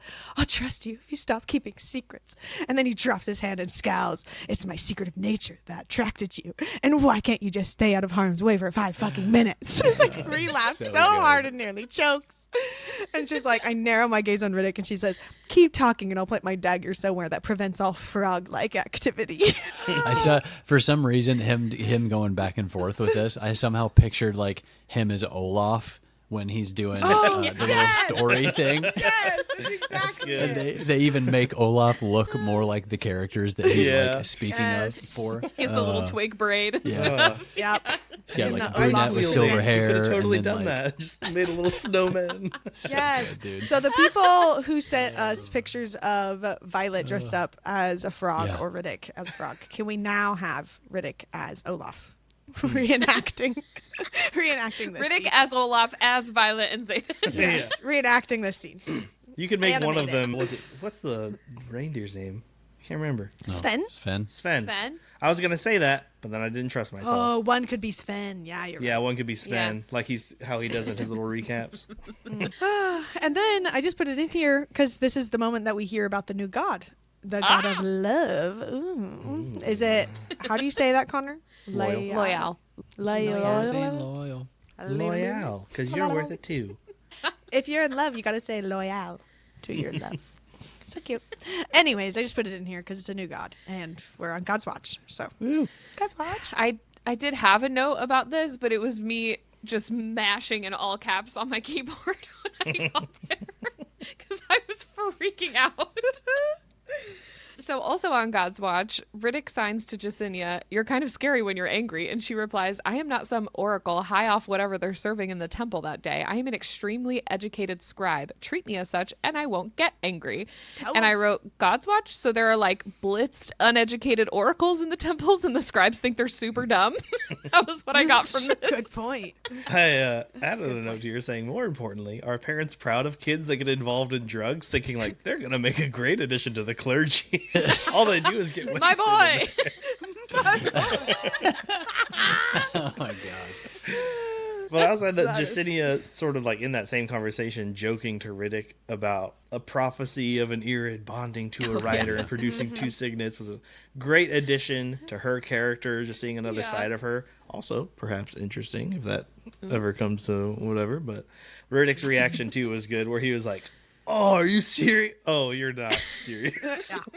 You're a prophecy. He's like, "You get this?" Yeah, he thought he was on it. Well, and I think it's funny, like, because Violet catches it right away. And she just, like, stares at him, like, really. Well, they find out that they need this research about the Crovlin Uprising. And Violet's like, "I only know one scribe who would have that." And Reese says out loud, "Is it you?" But simultaneously signs, "Oh no, is it Markham?" So while in the archives, at the same time, she says, "Is it you?" out loud, but then like hides, "Is it Markham?" So is it like she's trying to hide the fact that she's Oh. She Worried doesn't Markham say has two that? separate things. She says, "Is it you?" simultaneously signing. Oh. Period. And New then the sentence. next thought she has, she signs and says, "Oh no, is it Markham?" Yeah. I thought she was trying to like hide information. No. Like trying to like say one thing, but they were like really having a secret conversation on the side. Because also that would be a really cool way for them to communicate That would be if cool. they did that. But okay, that makes more sense. I like guess that I should idea. look at periods and punctuation and whatever. You always have to know. Should when read the period book. is. We'll roll out the TV. So your body is changing. It's a health thing for scribes. So you missed your first period in a sentence. You need to watch that punctuation. Oh my god. Getting called into the higher scribe's office. Heard you missed period. What's up with that? You missed a period. I love that. I love that in all these scenarios they have the old school like carts with the Yeah. TVs Be on a on car. top. Yep. You Well, can hear it big wheeling box. in, and you're like, Rolling around, "Yes, TV day." They're like strapped, you know. Yeah. They got, like the With a VHS tape underneath. yeah. Yeah. Oh, Yes. jeez.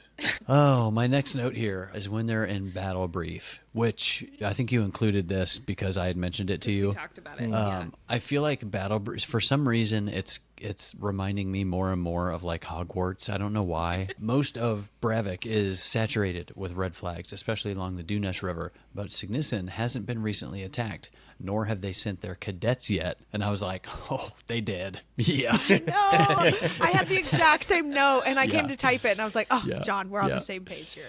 And I think this was like the second mention of them like waiting for the cadets. Yeah. So Yep. when they said it again and they're like, they haven't come yet, I'm like, okay, that's the last mention of them. Next time It makes we me hear wonder, about like, them. when they realize it, like as a war college, surely they realize people die. But at what point are they going to be like, well, let's give them another couple weeks and they might still show up? They should have been here a month ago and we haven't heard a single word. Yeah. All We'll right. keep waiting. Yeah. But we've also not heard anything bad, so they could still show up. No red flags here. Yeah. And like haven't thought to send anyone to go check or Yeah. do like Right, yeah. I don't Just know. Nothing. Maybe they're all Maybe they're Venon scribes now, and they're like, "We're fine. Everything's great here." We'll be there in 2 weeks. We're here in sunny Signet. You should come on by. Wish you were here. XOXO. Tons of real estate. This place is great. Okay, well, also in Battle Brief, they get all of their new books, which somebody put under every single seat. Went around and stuck all the books. I was like, dang, that person It's like really, Oprah in there. yeah, really went to work. Such a teacher mindset. Had like, yeah, I'm just saying, that's a lot of students. And to do that many books, that's a lot of extra work. So I hope they have a TA. Anyways, when Riddick was complaining that he has so much to read because he's trying to help Quest Squad and also now has all these new books and actual class and whatever, I think is it Deverelli? Is that her name? Deverelli? Devera. Devera? Thanks. But Devera says, read the book and live, don't and die. And just kind of like, that's your options. But I highlighted just that part. I said, why is my life motto here in this book? Gotta read the books to live. If you don't, you die. It's about how my mental health works. So. And then, not long after this, Devera, everyone welcome our newest member of your leadership team, Professor Ryerson, Devera announces. My ribs strain as if they can hold my heart together if they just squeeze tight enough. And then Violet thinks, or she says out loud, I think our relationship just ended. And when I pictured him like walking in, because it says she sees him walk in from the top, I picture him walking in with a cardigan on. I don't know why. He's like Got some totally glasses changed now. his wardrobe. Yeah. Yeah, he's got some glasses. Can Hair you slicked imagine back. the The cardigan, glasses? or His hair slicked back in a different way. Yeah. Only the cardigan. Well, he is single now, John. So this is your chance. There we go. it's like the kind of cardigan that has those like leather pads on the elbow. Yes, there you go. Yeah, for extra Corduroy durability. pants. I'm gonna need some fan art of this too. So if you guys can get on that. Yes, actually, for real. Yeah. Why is there no fan art of Professor Ryerson? Where have Yeah. you guys For been? real. There's gotta be. Injustice. It's gotta be. As he's like leaning My- down looking at a book. Yeah. With the glasses, I can't. My first read note just said, okay, Violet's reaction is stupid. Literally no one cares about their relationship status. Also, hello, Professor Ryerson. Speaking of Professor Ryerson, let's be honest. If Zayden Ryerson walked into a lecture hall, attendance would be at 100%. No exceptions. Office hours, fully booked. Extra credit, Violet sure is earning it. And don't even get me started on that hands-on learning approach. Honestly, the only thing more lit than his syllabus would be the mood reader candle you're burning while reading about him. Because even fictional academic thirst requires the perfect ambiance. With synths like Wing Leader, Skybound, and Dragon Bond, you can set the perfect vibe to read about your new favorite shadow scholar. Hello, Professor. Head to moodreadercandles.com and use code FRIENDS10 for 10% off your first order. You're going to love it. Well, jumping right into chapter 14, I just sort of had an overall note about like Dane's getting a lot better now as a person, now that his love and respect for his father is ruined and unrequited. And that's all it took the whole time, is for his family relationship to be ruined, and now he's an okay guy. Oh my gosh. But he is turning it around. I do appreciate his assistance and like attitude that he's having, stuff like that. I've noticed that his hands have not been reaching to any faces lately. Yeah. Yeah, very true. Good job, Dane. Well, Captain Grady's jaw flex is here, so cheers while you can, buddy. Oh, Cheers to you. okay. He's gonna need some water. Too little, too late. Oh my gosh. Talk about being dehydrated. That's what they say to Grady. Don't dehydrate on my account. That's awful. Don't get me wrong. Jasenia is amazing. Jasenia can do all things that she puts her mind to. I believe that full and wholeheartedly. She's talented and amazing and all the things. But this whole conversation of this meeting where she is writing down everything that is happening for the sake of, you know, being a scribe and taking notes and stuff. But also there's like 6-8 people all talking quickly at the same time, and they're all signing. But how is she like watching them do that and writing this down quickly in a way that like looks nice? Like that's just a talent that she must have that I don't possess, of being able to like look up and take my notes handwritten really neatly that I could then read later, and doesn't like start bending down the page as I'm writing, and getting all muddled. I don't know how that worked, or if they all like have a sentence and then they wait for her to catch up and then they have another one. But even like Violet is like off to the side saying like something to Jasenia while the actual main conversation is kind of happening, and somehow Jasenia's on top of all of this and writing it all down. She's a hero. She's amazing. She should be the curator of Basgaeth. That is my letter of I'd like to recommendation. formally nominate her for the Adept Path. I will say, not to toot my own horn or anything, I don't know about handwriting style, but like working at 911 dispatch, that's a fairly common thing to do. You just have to you have to learn how to do shorthand for everything, because like there are times on very busy calls you're listening to like 3 officers, a couple fire trucks. You're writing down everything they're doing and saying, also keeping your ear open for like your partners in the room. And then like after it's all done, I could go back later and be like, I'm gonna flesh this out a little bit. Well, and I know that's what like the people in like the courtroom, they have their little Oh yeah. They have a machine special machine. I That was gonna say it has like different symbols and whatever else for it. I don't know how to use that, but for handwriting with Jasenia, I would have to think extreme shorthand. And just go back and transcribe it all later. I would think the scribes would be like pros at the lesser magic with the pen, with the writing. Well, they can't channel magic. Yeah, they don't have magic. Oh, I totally forgot about dragons. that. Duh. Yeah, duh. That's why Violet was so pumped about Yeah, okay. getting. Well, that would be very convenient for them. However, I know, right? if they could at least do a little bit of that. Yeah, Maybe they should that's find why somewhere else Markham- to channel from. Am I right? Maybe that's if Markham's a Venon, because he's like, I gotta rewrite this history book. This thing's annoying, but these other guys in this other history book, I'm changing. That's gonna be like origin story. I tried. that's gonna be like one of those like early 2000s detective movies where like the villain does something so slight and the hero walks away and then realizes later like, oh my god, he was writing with one of those pens. He shouldn't be able to write with one of those pens. And then they'll like have this huge freak out and be like, oh my god, he has magic. Oh, so in this same meeting, Zayden's like pulling rank on Grady and he's getting all fired up at him and stuff. And then it says Zayden's hand motions were sharpening as he signs and his tone was slipping into that dangerous calm that makes the lieutenants across from us shift in their seats and my gaze flicker his way. The hair rises on the back of my neck. There's a flash of something ... cold in his eyes, but it's gone within a single blink. Huh. And I said, is this Tingle Watch? Is Tingle Watch making a comeback? Zayden's like slipping into this like dangerous cold whatever, and the hair rises on the back of her neck because this is the first time it happens, but it's not the only time it happens. Right. I took Venom this more tingle. as him like getting close to channeling or Right. pushing power or taking power or having one of those moments, not necessarily the mind to mind thing. I thought that's what Connor was pitching it as, was a Venom tingle. Yeah. Oh, okay. Venom and Tingle. I thought we were talking about his original tingle.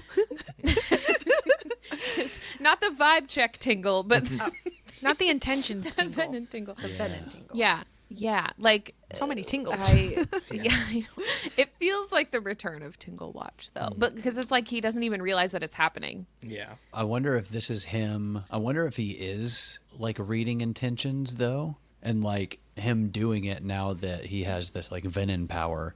It's almost like causing a more outward like force, I guess, if you want to think of it that way. But I guess like everybody would be likely to feel it and not just Violet. So Everybody's I don't know. tingling. Everybody tingling. But they could be. used to it because he's also read a bunch of people's intentions before, so Yeah. But no, I definitely agree that it's a Venom Tingle Watch now, for sure. Interesting. And then Zayden's jaw ticks again. Cheers, Dookie. it's Professor Dookie, thank you. Don't make me laugh when I'm taking a drink. So what was that an autocorrect from? I assume that was an... No, he's a Duke. This was from said it. Duke. Yeah. Okay, Dookie. It was in the episode I was just editing, which I think was episode 10. got you. No, right? Yeah, episode 10. I was trying to say Duke and like said Dookie as like a Nice. Okay. And we made fun of her for a long You know, time. like a cute way to say Duke. Yeah. Sure. Yep. Oh, Geeky? My little Dookie. all right, chapter 15. We kick it off with Xaden saying, "Welcome to your first session of Signet sparring in what I like to call the pit." And I wrote, "The pit." We spar in the pit. You spar John- in the pit. We spar in the pit. And then Xaden's jaw ticks again, and Oh we my all cheers in the gosh. pit. Nice. It's funny. Well, while they're sparring, Xaden or Violet is talking all about Xaden's sparring outfit and all the things, and she says in their mind to mind, she says, "I always loved watching you on the mat." And he says, "I know. I've used it to my advantage a few times." Which I was like, huh. So he has used his intrinsic knowledge to influence her feelings for him. Interesting that he said he didn't do that. I thought this was just because she is watching him. Like, she's like ogling him on the mat. And he's like, "Yeah, I know." Like, you were staring. I know, but he's obviously like used it to his advantage. So he's like, I don't know. I'm just saying. I took that as like her defenses were lowered. Like, you were too busy gawking over me that I kicked your legs Right. out from under you. Oh, yeah. That makes sense. Props. I'll go with that instead. That makes sense. Yeah. Even. Yeah. Like he's telling the truth or we whatever. Anyways, each one of them goes up and tries to fight Xaden. Each one of them loses. Kind of, except for Violet. Kind of. Anyways. But Sloane, she just walks out there and then she just puts her hands up and she's just like, "Whatever, I'm done," and kind of walks off. But she says, "I glance at her Rebellion relic and wonder if she's hiding a second signet too."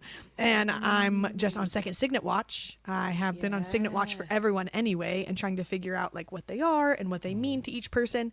But Sloane's is one that feels very, I don't want to say useless. Like, she obviously was a huge part of Iron Flame, but it's not going to be used, I feel like, as often as Violet and Xaden and Right. Rhee and, you know, and Riddick and whoever else. So, Heaton. yeah, no. I feel like Heaton's the bottom and Sloane's right there with them. But You're saying She's that like, her, "One like, up." what's it called? Siphoning? Yeah, You think that's a siphoning. low tier power? if she has to like physically touch them and be around them and I still think those that's, kinds like, of things. I don't know. That's like top for me. Why? Because you have access you to stop any talking. ability around you. No, she's not stealing their ability and then using it. She just is That taking. we know of. Well, that's fair. I But thought that's like what they said how they siphoning were, was with the other guy who could do it. how they were like imbuing the rock, Oh. the stone or whatever. I thought she was just really good at doing that kind of a thing. I didn't think she could like take someone's power and then use it. Well, wait totally- though. Because she should have done 'cause that to her- Xaden and used his shadows. Wait though, because she was siphoning from her mom and putting it into the stone. Yeah. Yeah, but yeah, that's what I'm saying. Yeah. Like she just took her energy, kind of, and But like how was she that. able to flow it into the stone? But she didn't start wielding the weather. That's what I'm But saying. Like didn't- she didn't like take her power that way and start using the signet. Okay. She But just Right. took whenever they her were in the power cave, energy. didn't she Transferring use? Yeah. Okay. She Didn't was she like use the it to, the cord to connect the I guess two I things. get, but I guess She's the but in my extension cord. mind, in my mind, if she can send it into the stone, Right. Yeah. I feel like she would be able to. Maybe she just wouldn't know how to do that part of her magic yet. But I feel like that would make sense, especially Oh, if she like- can. Didn't she do it in the caves against the Farish's dragon when she was like, "Oh no, I thought I was Venom because I was draining you or whatever." Yeah, she did it to Cat. Cat or and Violet. Yeah. Yeah. Which it does feel so Venom. Like that power feels like you're just a Venom, but everyone says you're fine because you're channeling Right. it from your dragon and not the source or whatever. Yeah, I would. But have that's to- interesting, though. John, are you saying that, like, even if she's not, like, siphoning the power to And use it as wielding it. their signet, but she could wield the power, like how Violet's Yeah, I would. Violet's think so. signet is, like, wielding pure power or whatever Felix says. Would it be similar to Well, that? Or were you saying you think no, that I was she just could do saying- the signet? I was just saying that if she's still able to siphon, like touch somebody like Lilith, and still Right. and still siphon it from her and send it into the stone, That maybe she 'Cause could it's- wield send it it somewhere instead. else. then Remember- Yeah. if she wasn't touching the stone, then like she should still be able to like send the power out, especially if she's able to just transfer it, because it's not like her mom could direct it through her to the stone. Right. But Maybe she remember, could, there I don't was that one pre-chap blurb that said, "Imbuing comes naturally to some, but or, can be learned by some, but naturally to only one, the Siphon. And then we learn that she is the Siphon. And so that's her, imbuing the stone. Yeah. She's just taking someone else's power and doing it for them, since I guess Lilith couldn't imbue things, would be my guess. Like how Violet, she was doing it herself and was going to give away her own power or whatever. Oh, yeah. And then Sloane was just that person in between Lilith and the rock, since Lilith couldn't, imbue herself. Yeah. So her signet is literally just taking the power away from someone. That's what it sounds like. That's still pretty sick. Yeah, and, well, fair. But, even here, she doesn't use it at all. I think she's just afraid of it. Because Probably, for what other people Lilith think she's doing, now that everyone knows there's Venon or whatever. Yeah, she had an incredibly traumatizing, wielding experience the first few times. But I mean, talk about a weapon, though, against the Venom. Yeah, that's what I'm thinking. Right. Especially with how much more powerful apparently they are. Mm-hmm. I mean, But see, I don't know. you're making that face, but you just said that if they just take away the power, they can't use it. Well, I'm just saying, if she has to physically touch one, and they could just siphon her if she's going to siphon them. It just puts so much at risk. that's interesting. You know what I mean? That's why I'm saying, That's very interesting, though. Yeah. And if the Venom can just put their hand on the ground and suck out of the whole entire earth up to you, and she has to get to one in order to even. Yeah. For now, that's the like reason John I was said, making she's that still face. pretty new at it. Oh, that's interesting, though. Yeah. Like a little tug of war, like a little siphon off. But if they can if they can make a death circle, then why would they not literally always be doing that whenever anybody gets close to them? Yeah. True. Yeah. It is. I think she's one to keep an eye on. I definitely wouldn't place her above the water breather. She's got to be at least between mid and top tier, honestly. Right. No, right now, with how it's been used or how she's acting about it, it seems very useless. Yeah. I guess I was taking it as at the beginning whenever they were talking about, I can't remember his name ever, the other Siphon from way back when. Naolin. Yeah, that they talked about in the first book. They were it's one of the rarest abilities ever. We've not seen one in so long. And they talked about it in such a way that I was oh, so that's a much sought after thing. I don't know. I keep forgetting about that because I keep confusing Naolin and Nolan in my mind. I was wasn't Naolin a mentor? But that's because Nolan is a mentor. Well, and it's because Brennan is a mender. And Brennan was Naolin's friend, who was the Siphon, not the mender. More question mark. Friend. Well, and the fact that note on that later. I don't know, with the whole Brennan still being alive, did Naolin take all that power and imbue it into him? Because if she can undo death, that's a pretty. And Brennan has that rune-shaped scar thingy on his palm, and I still need more answers on that. Yeah. No one's ever talked about it. Yeah, they're just oh yeah, look at that, that's cool. Moves on. But look at this other rune that does insane magic. But that guy, no big deal. Not concerned at all. Just a decoration on his hand, just a scar. No further questions. Well, speaking of moving on from that rune scar that means nothing, in chapter 16, my first and really only note for this chapter is when I first started reading this section and Xaden covered himself and Vi in shadows in the pit. My immediate thought, and what I went to Lauren with, she was sitting right next to me, I was they're going to do it, right? In the shadows. They're not. This is the whole point. And Lauren was just when has he ever put her in a situation that whatever? And I was every time that she had her lightning orgasms was a time that they could have been caught. I just feel there's certain mailman characters that are just Mailman characters. Mail's here. Mailman characters. I love when the mailman shows up in the book. Mailman characters. Oh my god. I said main character. That's what I said. Roll the tape back. Definitely said mailman. Oh my god. Oh, that's incredible. Sure you said mailman. Oh. Okay. That's great. There are some books where the main character, who is a male, will be I don't care who sees it. I have to have sex with you right now, whatever kind of a thing. And then there's others, which I feel and then there's others, which I feel Xaden is, where they are, however they are sexually, but they're very like Right. protective of their woman, and that it is only for them and no one else will see her, and Right. I will guard her for that. And so that's why I was like, no, he's not gonna have sex with her right there in front of everybody. Like, yes, they're in the can shadows, see. but like Nobody can see. anybody could walk onto the mat. Like, no one's And be in the shadow. The mat's closed off. Like, I don't know. I'm just saying. He's not that kind of. I don't know. Kind of guy. I guess he does know that like 75% of his hotness comes from being secretive, so he wouldn't give that up so easily.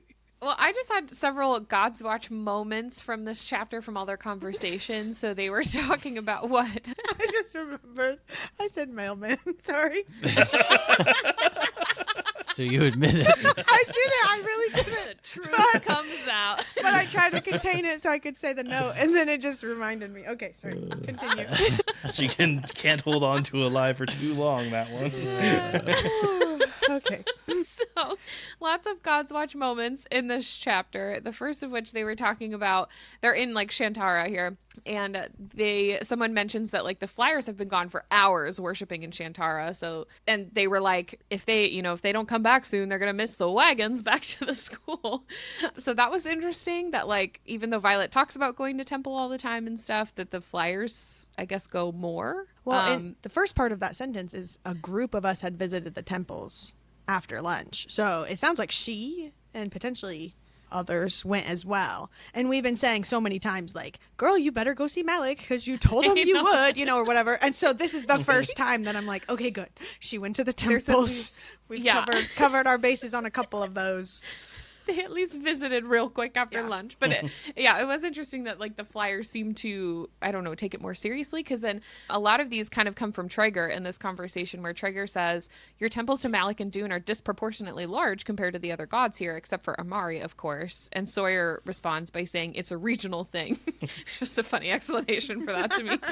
But then Traeger is like, so your scribes don't pray to Hedion for wisdom? And Violet says, knowledge and wisdom are two different things. Scribes are careful not to ask for what should be earned.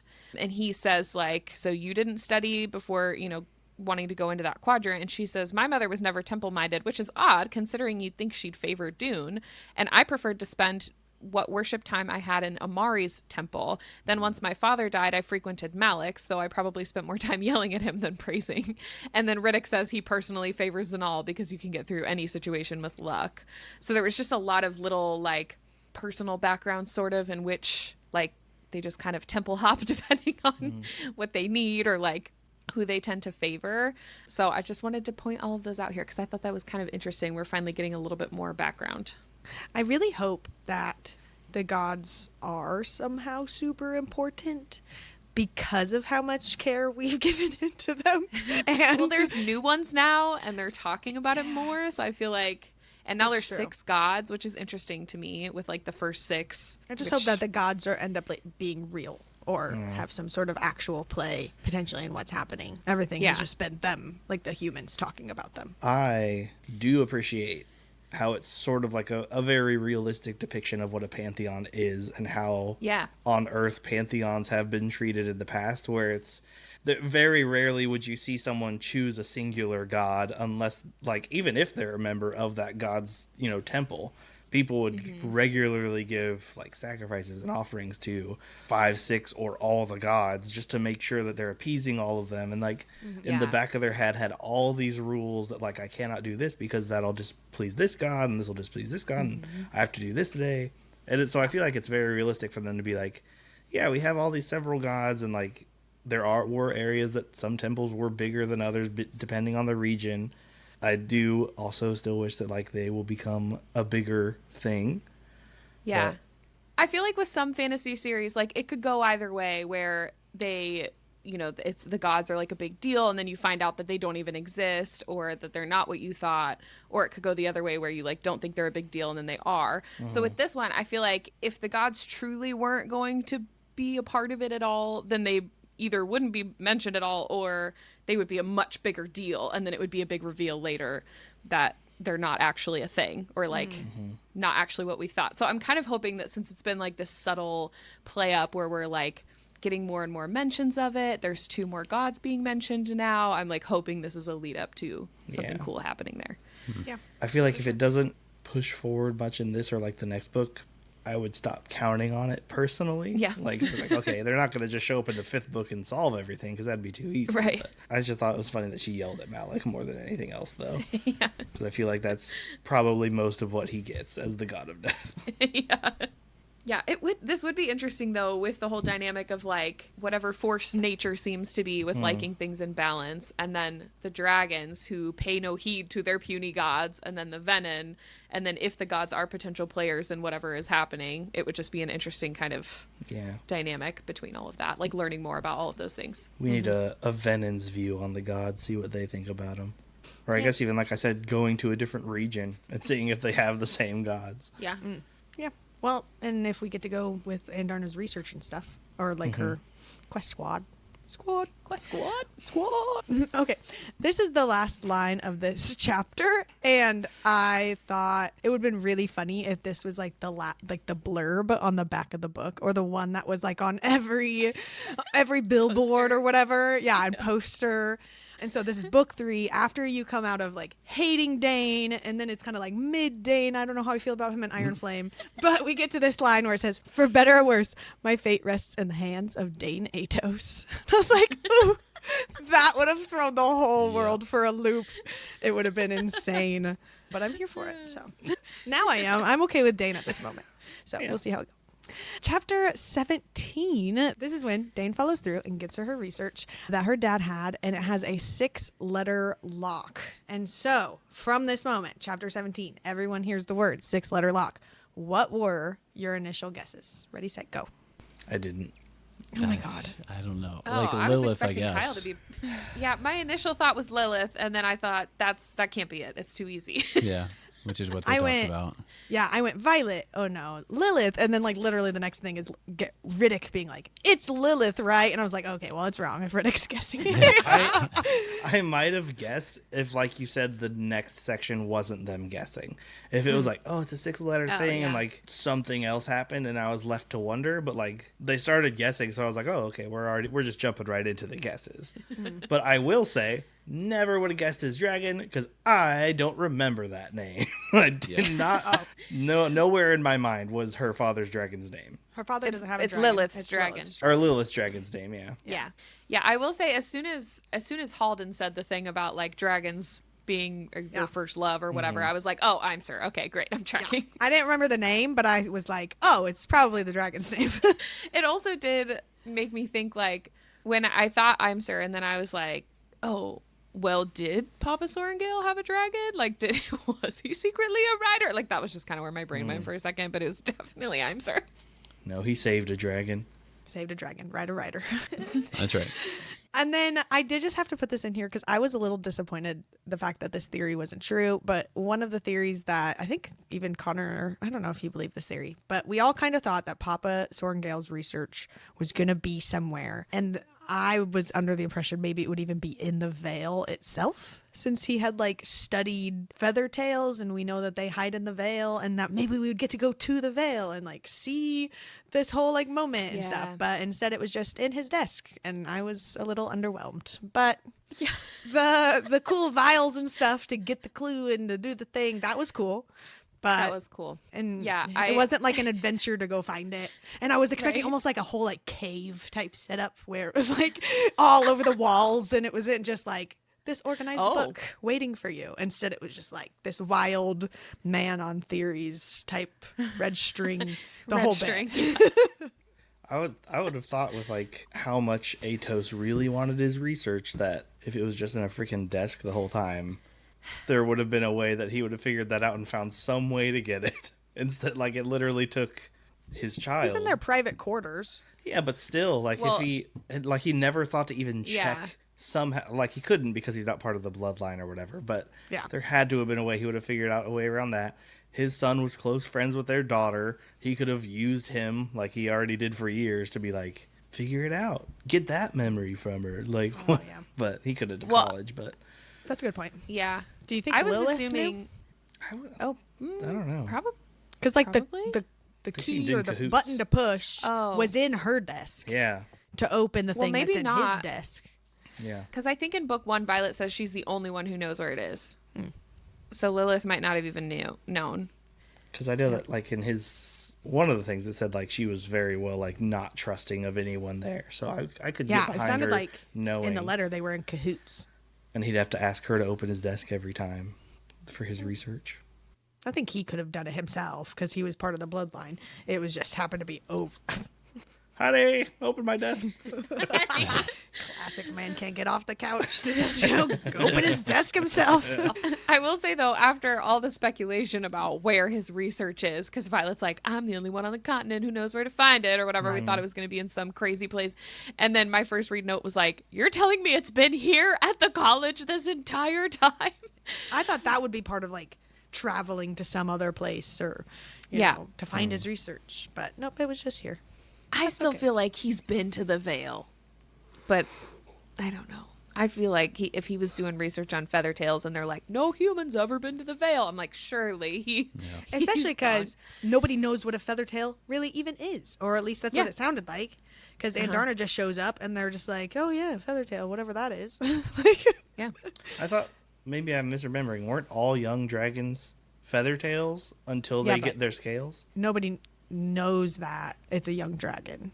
Oh, okay. They just think it's a special, unique breed of some sort. Until Andarna. Now I assume everyone knows that it's just a baby dragon. I was kind of hoping that his research, and that obviously I lost the Siri when she died. I thought it was just going to be purely memorized by her mom. And she was like, it's all in my head. No one can find it up here. But when she died, I was like, maybe not. Unless Sloane got all her memories. Yeah. Ooh. She deigned her. She deigned her. Welcome to the danger zone. Okay, so as they're guessing about the first love clue, they're like talking about it. They were asking who Brennan's first love was. Like they're going through all the options and they're like, I don't know, he was older than me, blah, blah, blah. But then she says, though I do remember Mira saying Brennan had been in a relationship with a writer a year or two older than him. And we had already been speculating prior to this book that Brennan and Naolin might have been in a relationship. So I still think this could have been Naolin. Are they the same year? Do we know that? My theory. If Naolin I don't know. Brennan were? Oh. I have no idea. I'm not sure if we know that. This is just my old running enough. theory. I did like how they said it was like, it runs in the family. Yeah, that was funny. And then, okay, this was part of the same conversation. Ree's like, fine, who was Mira's first love? And it says, Ree asks, her gaze darting between Avalyn, Kai, and Baylor, who are seated as far apart as possible. And my note was, trouble in Thruple Paradise? This little, like, subplot where we just get, like, a little glance here or there. Mm-hmm.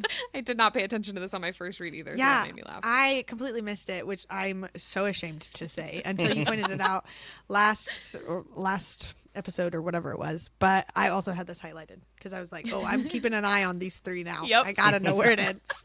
And then, of course, they're having Violet maybe use some of her past people. Maybe it was some of her relationships. And she says, my father couldn't stand the first guy I really dated and never knew about the second. And when I was rereading this chapter to finish my chapter recap, when I read my father couldn't stand the first guy I really dated, I'd already read about Halden. So I was like, oh my gosh, she's talking about Halden. I'm like, this is great to reread. Yeah. Well, especially because like Arik turns around and is like, how many letters is his name? And she's six letters. And he's like, whatever. And Riddick's like, how does this guy get to know? Yeah. It's because it's his brother. But also, who was the second one that was a secret? Yeah, that's probably, I'm assuming that's the infirmary, the infantry guy. Infantry, but that's what Halden is. Halden is infantry. He's in his infantry uniform. Yeah, when he comes. as I said that, though, I'm thinking maybe it was after her dad died, and that's why he never knew about the second. Not that it was a secret, so I'm going to awkward. retract that. Yep, probably. I was living for the Imogen, Garrick, Riddick banter, though, in this scene. I was dying laughing, and I really wanted to put the quotes in here, but it was like 3 paragraphs straight of just like absolute gold, so... As Lauren would say, go read the book. It's great. Yeah, it is so good. But yeah, just as they're like going up to fight and stuff, and Riddick's spouting all this stuff out, and Violet's like, why don't you keep your inside voices inside while we're up there? Okay. It's like, so funny. His comment about Garrick too was just like absolutely sending me. Oh my gosh. That is part of it that I do remember, that they were like, Garrick's gonna blow you off the mat, and he's like, well, I might enjoy that depending on the method he chooses. I know. Well, and he has a comment about Xaden at some point in this all too. Yes. Like, don't threaten me with a good time. Yeah. Yeah, I love him. And then this was just another like Tingle Watch situation question mark where Xaden looks at Garrick in a way I've never seen. Like his best friend has suddenly morphed into prey, and there's that cold edge in his eyes that prickles the hair at the back of my neck. It's like the same wording again. It's not a scalp tingle. Yeah, This is like a This is a venom prickle. This is like him. This is like him full on going like feral, like he's lost control because Violet was potentially injured kind of moment. Like this is not good.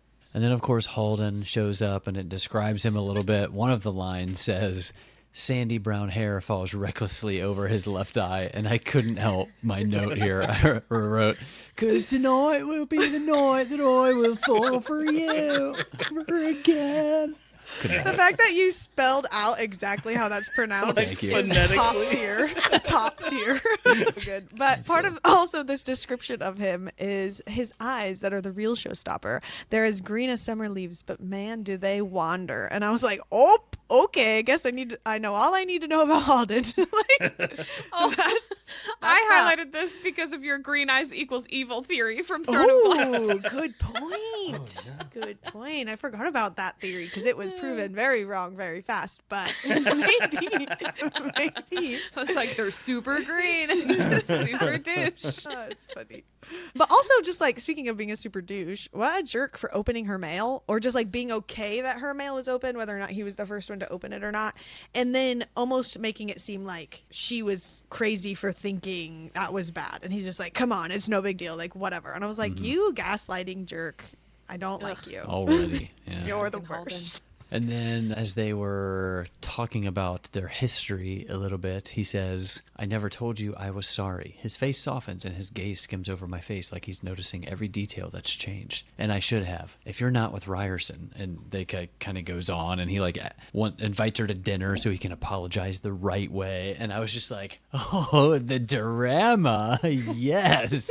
Give me the juice. Not that kind of juice. Okay. Wow. And then, of course, he tries to reach up and like get a strand of hair out of her face or something, but he never makes it. It says shadows blast straight through the boards and hit Halden in the chest like a battering ram, sending the crown prince of Navarre flying backwards straight into the rock wall. And I just wrote, oh, yes, please. Yeah. And as like great as that moment is at Halden, it is still Xaden losing control and having that whole Venom moment, which is a little stressful. Yep. So just adding that to that. That does take us to chapter 18 where the pre-chap. Pre-chap. Blah, blah, blah, blah, blah, blah, blah. This is the moment I said earlier where it was that I cannot imagine sustainable life beyond the Emerald Sea. And I was like, so there's totally people beyond the Emerald Sea, right? And then I added a little picture of the Wizard of Oz people on their way to the Emerald City. Like, that's what's on the other side. Short day. They just got to go see the Wizard of Oz. Okay, so it jumps back into the chapter where Halden is on the ground because he just got hit into the wall. And it's Anna, one of his guards, that says, my prince. And she like runs over and she's like, oh, Halden, are you? And Violet says, oh, so not just his guard. My eyebrows rise as I glance at her hair. Yep, redheads are definitely his type. And I'm just like even more annoyed at Halden because he's having this whole Violet conversation. Let me ask you out. Let us be cool. While Anna's right there, like guarding this whole moment. And then for Violet to be like, oh, yep, and here's the girl he's actually with. Like, what a horrible person. So there's that. And then whenever they're like gonna actually put in the code, I guess, to unlock Papa Sorngale's research. And I just thought it was super smart for them to try to have Rhiannon in there. To try to like take the vials away or whatever, or maybe take the book away from the vials or whichever way they were going to go about it in case it was wrong to attempt to save it. I just thought that was smart because that never even passed my brain. I just thought it was like, yep, it's one or nothing, like, you know, but at least they could have tried. Yeah. So I put a highlight of something she says here because this is like revisiting one of my earlier notes. She says, I've never tried to retrieve 6 vials worth of liquid or any liquid, but I think I can grab enough. And like if this does happen. So I'm like super stoked for her signet to keep growing because I think it would be so cool if she does happen to retrieve liquid in some kind of crazy scenario at some point. She'd be like a water bender from Akatar. Oh my god. The water wolves. Yes. Oh Okay, gosh. she'd be like a waterbender from Avatar. That would be freaking sweet. Blood bending. Just rip the blood out of your enemy. Ah. Well, so, okay, it's sort of related, but not.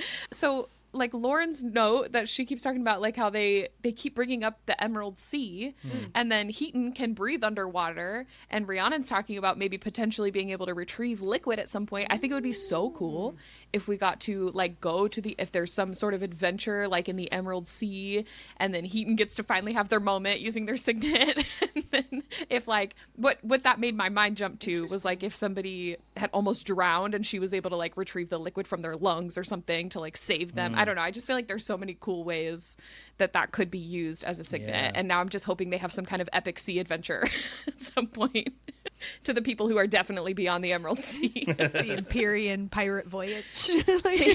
Yeah. Amazing.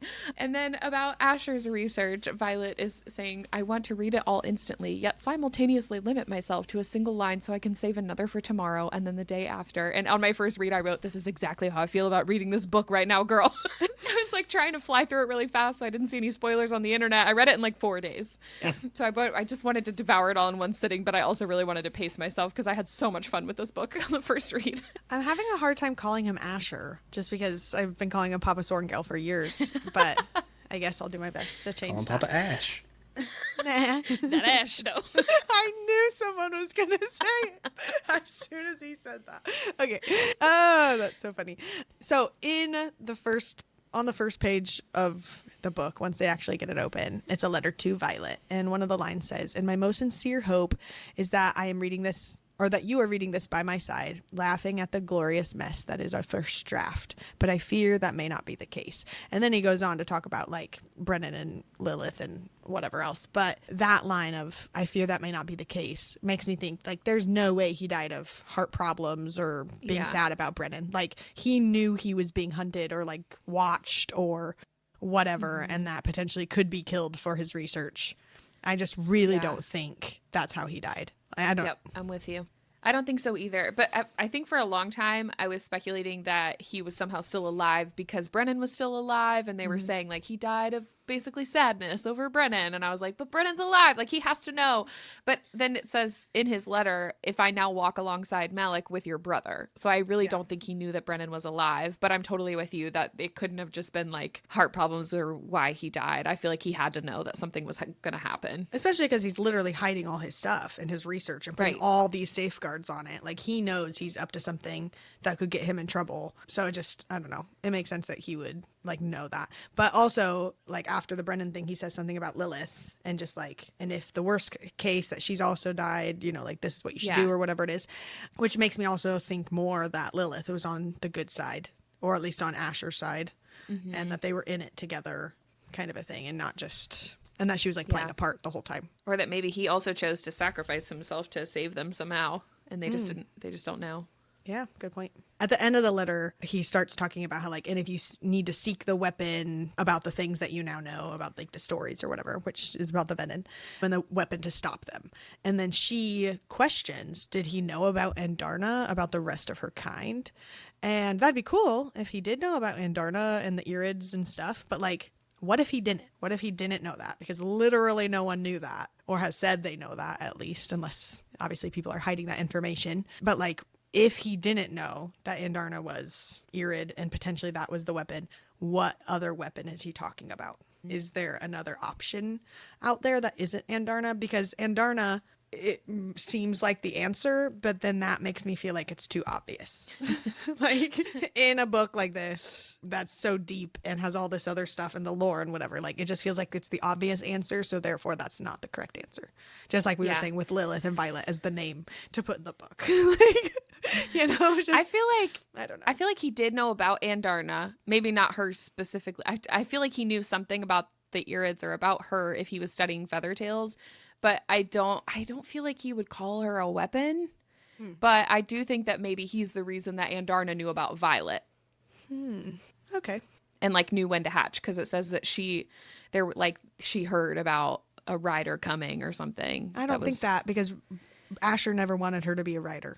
and even says like in this letter, drop your robes and go to Corden or whatever. Like he expects her to be as a scribe, like when reading Yeah, I guess this. that's true. And it says like, I failed Brennan and I failed Mira, and if Dane goes across the parapet, then let him go. Like her going to be a interesting. rider Yeah. would be his literal last thing. So like, yes, maybe he potentially still had some sort of interaction with Andarna, but I don't think that's how she found out, obviously, about the rider that has the mind of a scribe or whatever she said. I think she could have known of her through him, but more information would have been gained through Brennan and Mira's dragons. And, like, they have knowledge of this family. Oh, or I'm and sure. how the dragons talk at the Vale or whatever, and listening in on whatever they're talking about. I still think it was Sigale, when Sigale first met her on the parapet that one time and has, like, those eyes at Violet and stuff, and then maybe talking to Taryn, and then Taryn's around Andarna all the time. She would have... that whole moment. But Andarna hatched 2 years before. Good point. So maybe it was Imser if like Lilith had been planning to send her to the Writer's Quadrant for an extended period of time or something. And their dragons would have seen like them raising her up as a scribe, and then like Lilith's plan to send her into a Writer Quadrant. Yeah, because Mira wouldn't have even known. Because Violet didn't know she was going to go to the Writer's Quadrant until like 6 months before. Yeah.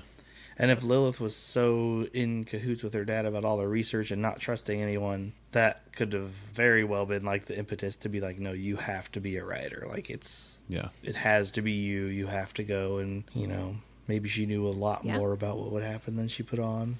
Interesting. Yeah, it is interesting too if Violet didn't know until 6 months that she was going to go be a writer, but potentially Andarna found out 2 years or a year and a half earlier than that or whatever it is. You know what I mean? Like, so it was Lilith had that plan for that long, if that's how we're saying that communication made it to Andarna or whatever. Which would have been, I think, the time... I need a timeline. Like, Mira left to be a writer, right? That was 2 years before Violet? No, Mira had graduated. Yeah, so she would have been... Okay, never mind then. At least 4 or 5. But it's also interesting that if Andarna chose to hatch then, she knew she would be bonding Violet as a Feathertail and not as like a fully grown dragon. Right. True. Good point. But maybe she just didn't know before, whatever. I will say it would have been, if it was 3 years to graduate, then the year that Andarna would have chosen to hatch would have been the year that Mira... Well, no, she's at the college anyway, so never mind. I was going to say it would have been the year that she would have been able to communicate with home, but her mom is at the college, so that negates that problem. Yep. Yeah, I don't know. Yep. This is really deep. I've not thought that far about all of this, and I love it. Have any answers, and it's killing me. It's worse because like I've been as a reactor on this podcast, but I knew that the answers were coming. Or like that you guys knew them the whole time we had these crazy conversations, but instead we're having crazy conversations that I know that none of us know.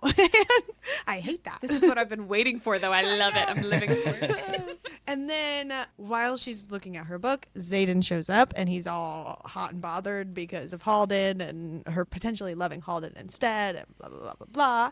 And he says, I picked up on a lot of the things he was thinking. And then she says, but that's not how your signet, and then gets interrupted by him.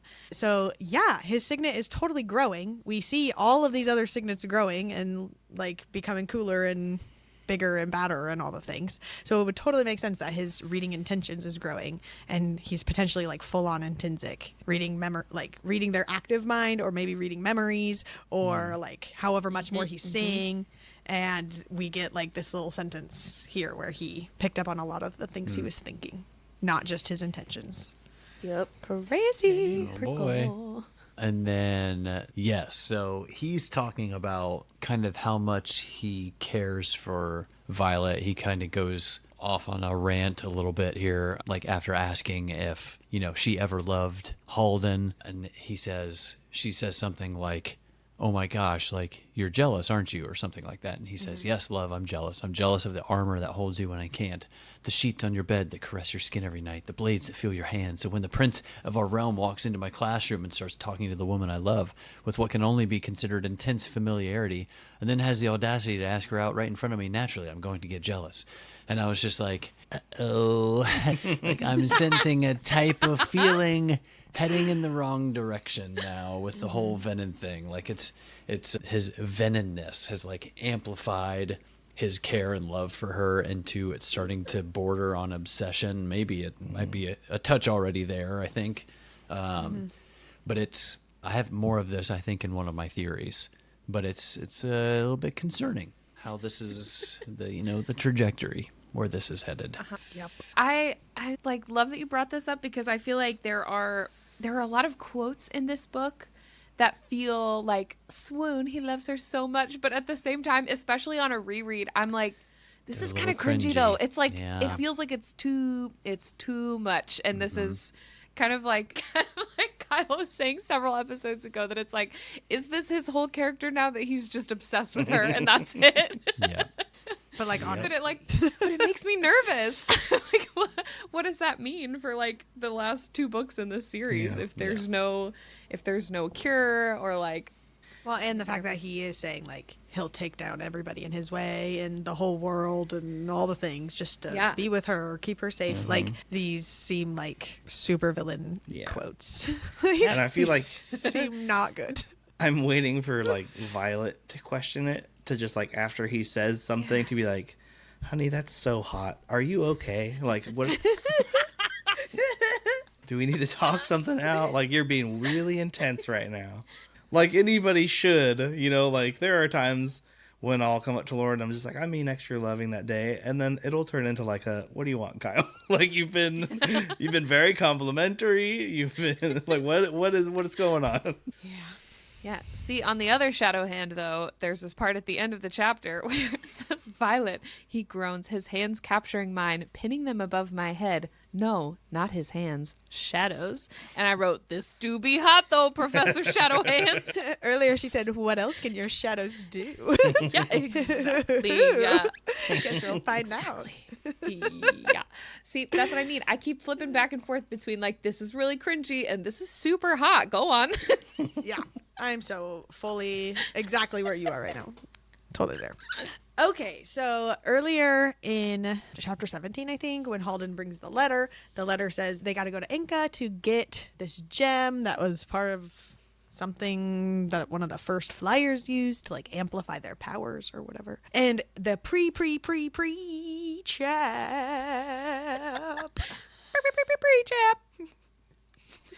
You're muted. You're muted. Perfect. Got it in one. Of chapter 19 says, the gem given to you upon graduation of Cliffbane should always be worn close to your heart, but if you have not mastered your control, it will only amplify your downfall. Chapter 3, the canon of the flyer. And so I thought there was only this one gem that this one lady used who was like one of the first flyers, but this sounds like it's like from a textbook that everybody reads. And it talks about like the gem given to you upon graduation. So do all flyers have a gem? The ones that have graduated, at least? Like it would make sense that none of their second Signet friends, or second Signet, oh my god, second squad friends have it yet because they haven't graduated. But is the gem just something everyone has? And then if so, why is this one that they have to go get special?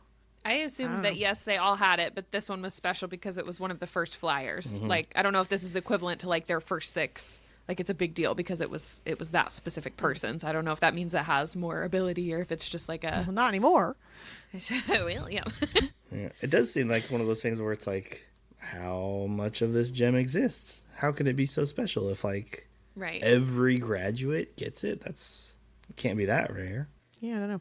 Okay, this is the next part. We talked about it earlier where she crosses out of the wards again and says, my skin tingles as we slip down into the valleys. And then I'm struck by the oddest urge to try and pluck strands from the very sky and weave runes. So first of all, interesting that she would want to weave runes. Like it has that feeling to like pluck the power. She can see it almost and wants to weave a rune for some reason. But she was like, it feels like there's more power. And this is the part where Taryn's like, there's actually less, but you grow more powerful every day, more capable of recognizing what was once entirely invisible to you.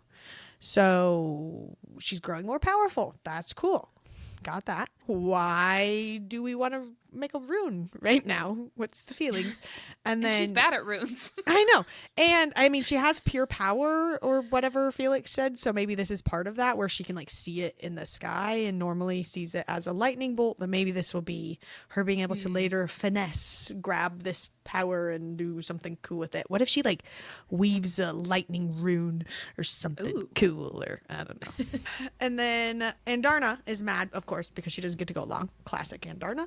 And she was like, but I can burn the venom. And Taryn responds with, I've told you a dozen times, first fire burns the hottest, which would explain the phenomenon.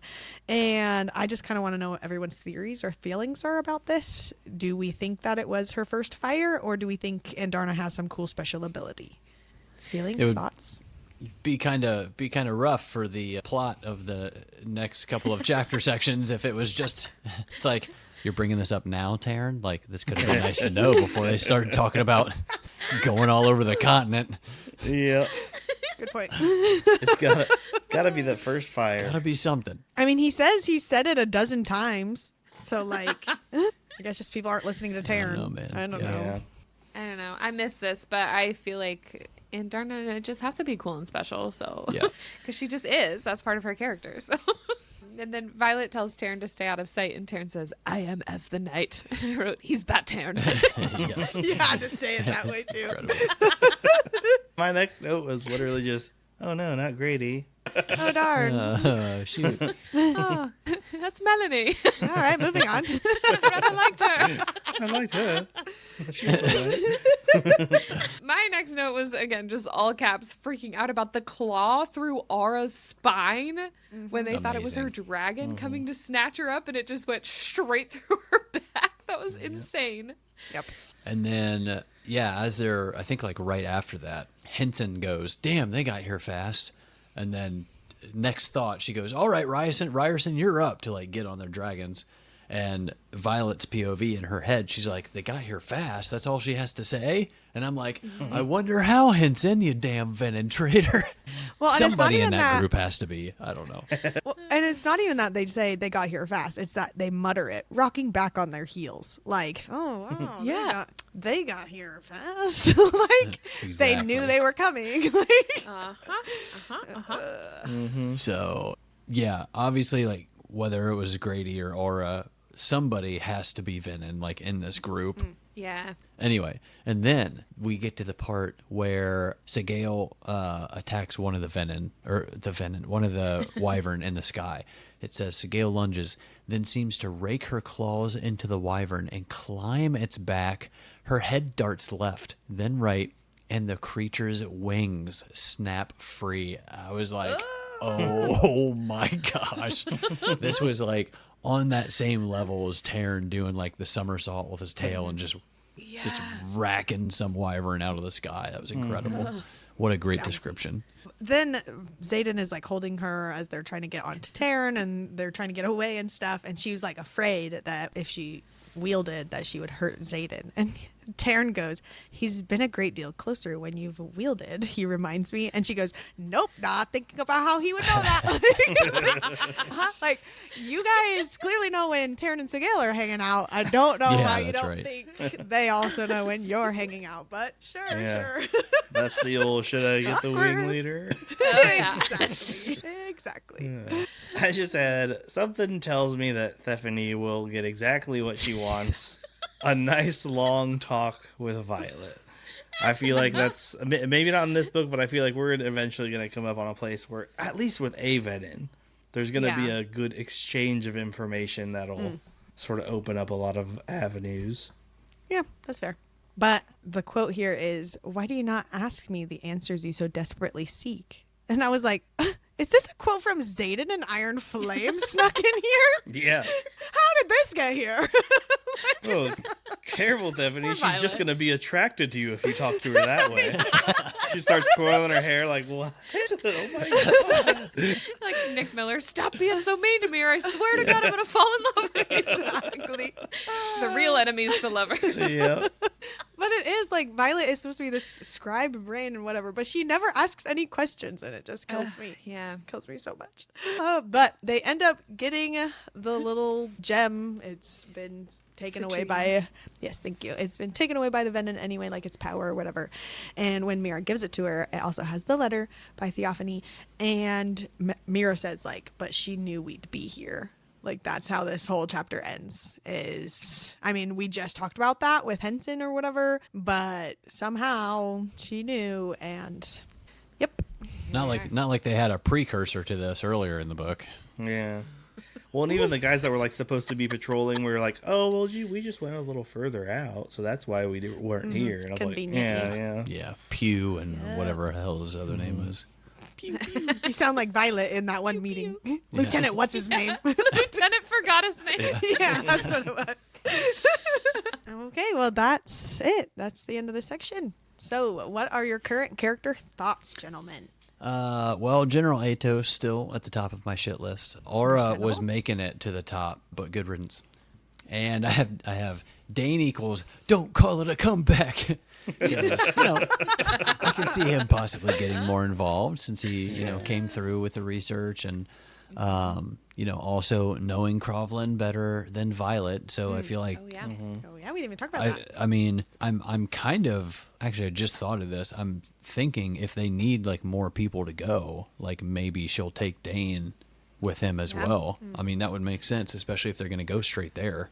Yeah. I mean, they just lost 2 of their squad, so obviously they're going to have to replace Take some somebody. people. But yeah, I wouldn't mind seeing him back in the story in a bigger way. I'm still waiting for like Arik to get more involved as well. Like I feel like with Halden getting into the story, like he'll get spotted fairly soon, or at least spotted by, if not by Halden, at least somebody who recognizes him who is with Halden now that he's around. And then Xaden getting a bit obsessive, and honestly, I feel like it's only going to get worse. Maybe even like if he goes full Venom, I think he will turn into like a danger to everybody, like Venom included, who like go up against Violet, because it'll become like such an obsession for him that that's what it will turn into eventually. I only wrote Taryn good, everyone else bad. Are you Sawyer trying to sign language? Yeah. Taryn good, everyone bad. No one really like stood out to me character wise this reading session. Yeah. No notes character wise, I guess, aside from what I've already said. Theophony or Halden or any of the new I've got characters. feelings on Theophony, I'll tell you that. He's crushing on Theophony like I did with Queen Mariah. Yeah, Like just he super really randomly, something about the descriptions. I don't know what happened, but something happened. Something clicked. I guess you can't blame a guy for loving a problematic woman. Oh my gosh. If we can crush on Xaden Ryerson, Yeah, Kyle can crush on Stephanie. I feel like you get one hall pass for an extreme red flag per book There you go. that you can stick with. That's fair. Oh gosh. I love it. But no, I didn't have any major moments aside from just like funny things people said or like things that I've talked about Satan already saying like in the earlier chapters. But yeah. All right. What are your thoughts and theories for our next section? So I was just like reading through this chapter section. Something just like hit me. How it's crazy that with this new information on her dad's research, it still feels like we're barely halfway like through the series. I know there's supposed to be another 3 books. 2 more books. 2. At least 2 more okay, books. 2. So we are 3 of 5. almost halfway through. Man, it's so weird that there seems to be so much more to come. I just keep thinking of all the possibilities and how I feel like we're still not really introduced with a true antagonist. Like Theophany seems like another just stepping stone to a big bad boss, or maybe Xaden turns into the big bad boss. I don't know.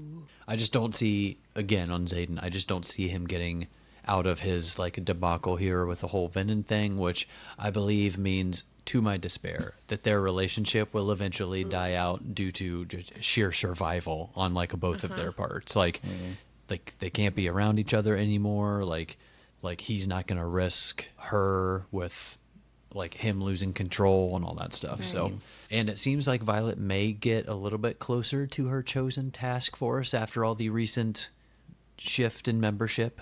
Not really sure who they'd have to fill in for Grady, like unless Dane's dad or maybe even Panchek decide to step in themselves. So that would be interesting to see.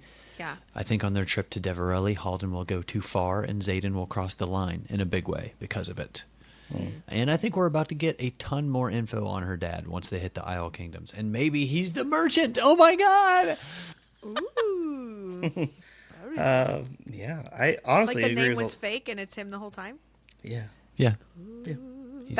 He's in an alias. I was having the same thoughts at this part. Nice. Tracking with you. I agree with like a lot of what you said. I expect to see a change of how the Scenarium decides how Quest Squad runs after this failure due to lack of leadership knowledge and capability, traitor, whatever you want to call it. I think we're going to see more traveling. That's obvious. More being thwarted by Venon. More info from Dad. More Halden, like you said. Obviously, that's just another thing for both Violet and Xaden to worry and argue about. I do think that, sort of like what you said, this book will not end well for Xaden. There's no way that they're going to have him become Venom and then just like at the end of this book be like, it's fine now, moving on to the next two books, and like we've found the cure for Venonism. Yeah. But yeah, so he's either gonna like totally separate their relationship, or just like something's gonna make him just go full Venom where he's not able to, or maybe someone just finds out that he's Venom, and that puts a whole block on it. But it's definitely not gonna end well for their relationship. It's probably gonna be like a whole like, I'm betting that the very end is like, oh my gosh, well, how do they reconcile sort of thing? And then we're all waiting for the fourth book to be like, oh, okay. Like the first, First chapter. yeah. Yep. But that's about it for my theories. I'm so excited about these theories. Just because, like, we're getting to the point where I also know nothing. I'm just so excited. Okay. Cry counter. Nobody cried. So, Nobody. I'm still 3. Connor is winning the cry count. It's called winning. Yeah. With 4. And then I'm dehydrated. You're so dehydrated. And then Kyle John with a big dragon's egg. Yep. And that is a wrap on episode 13. Next week, we'll be continuing Onyx Storm with chapters 20 to 28. If you're watching on YouTube, be sure to subscribe so you never miss an episode, and follow us at Between Pages and Friends on Instagram and TikTok. Oh, you thought we were done? Well, think again! If you want more bookish chaos, more hot takes, more emotionally unstable reactions to fictional men, then haul your beautiful self over to BetweenPagesAndFriends.com. We've got a Patreon with exclusive content so spicy it'll make your Kindle blush, merch so bookishly iconic it deserves its own fan fiction, not to mention our Amazon storefront ready to drain your wallet like a hangry Venom. Plus, you can stalk our GoodReads and StoryGraph accounts like the true literary detective you are. So what are you waiting for? Come for the books, stay for the drama, and remember, if loving morally questionable characters is wrong, we don't want to be right. Until next time, stay wordy, stay nerdy, don't stress, and stay blessed. Wow. That's phenomenal. I would want to be our friend. We'll see you guys next Sign me time. up. See you guys. See you guys on the next podcast. Signing off with Stephanie.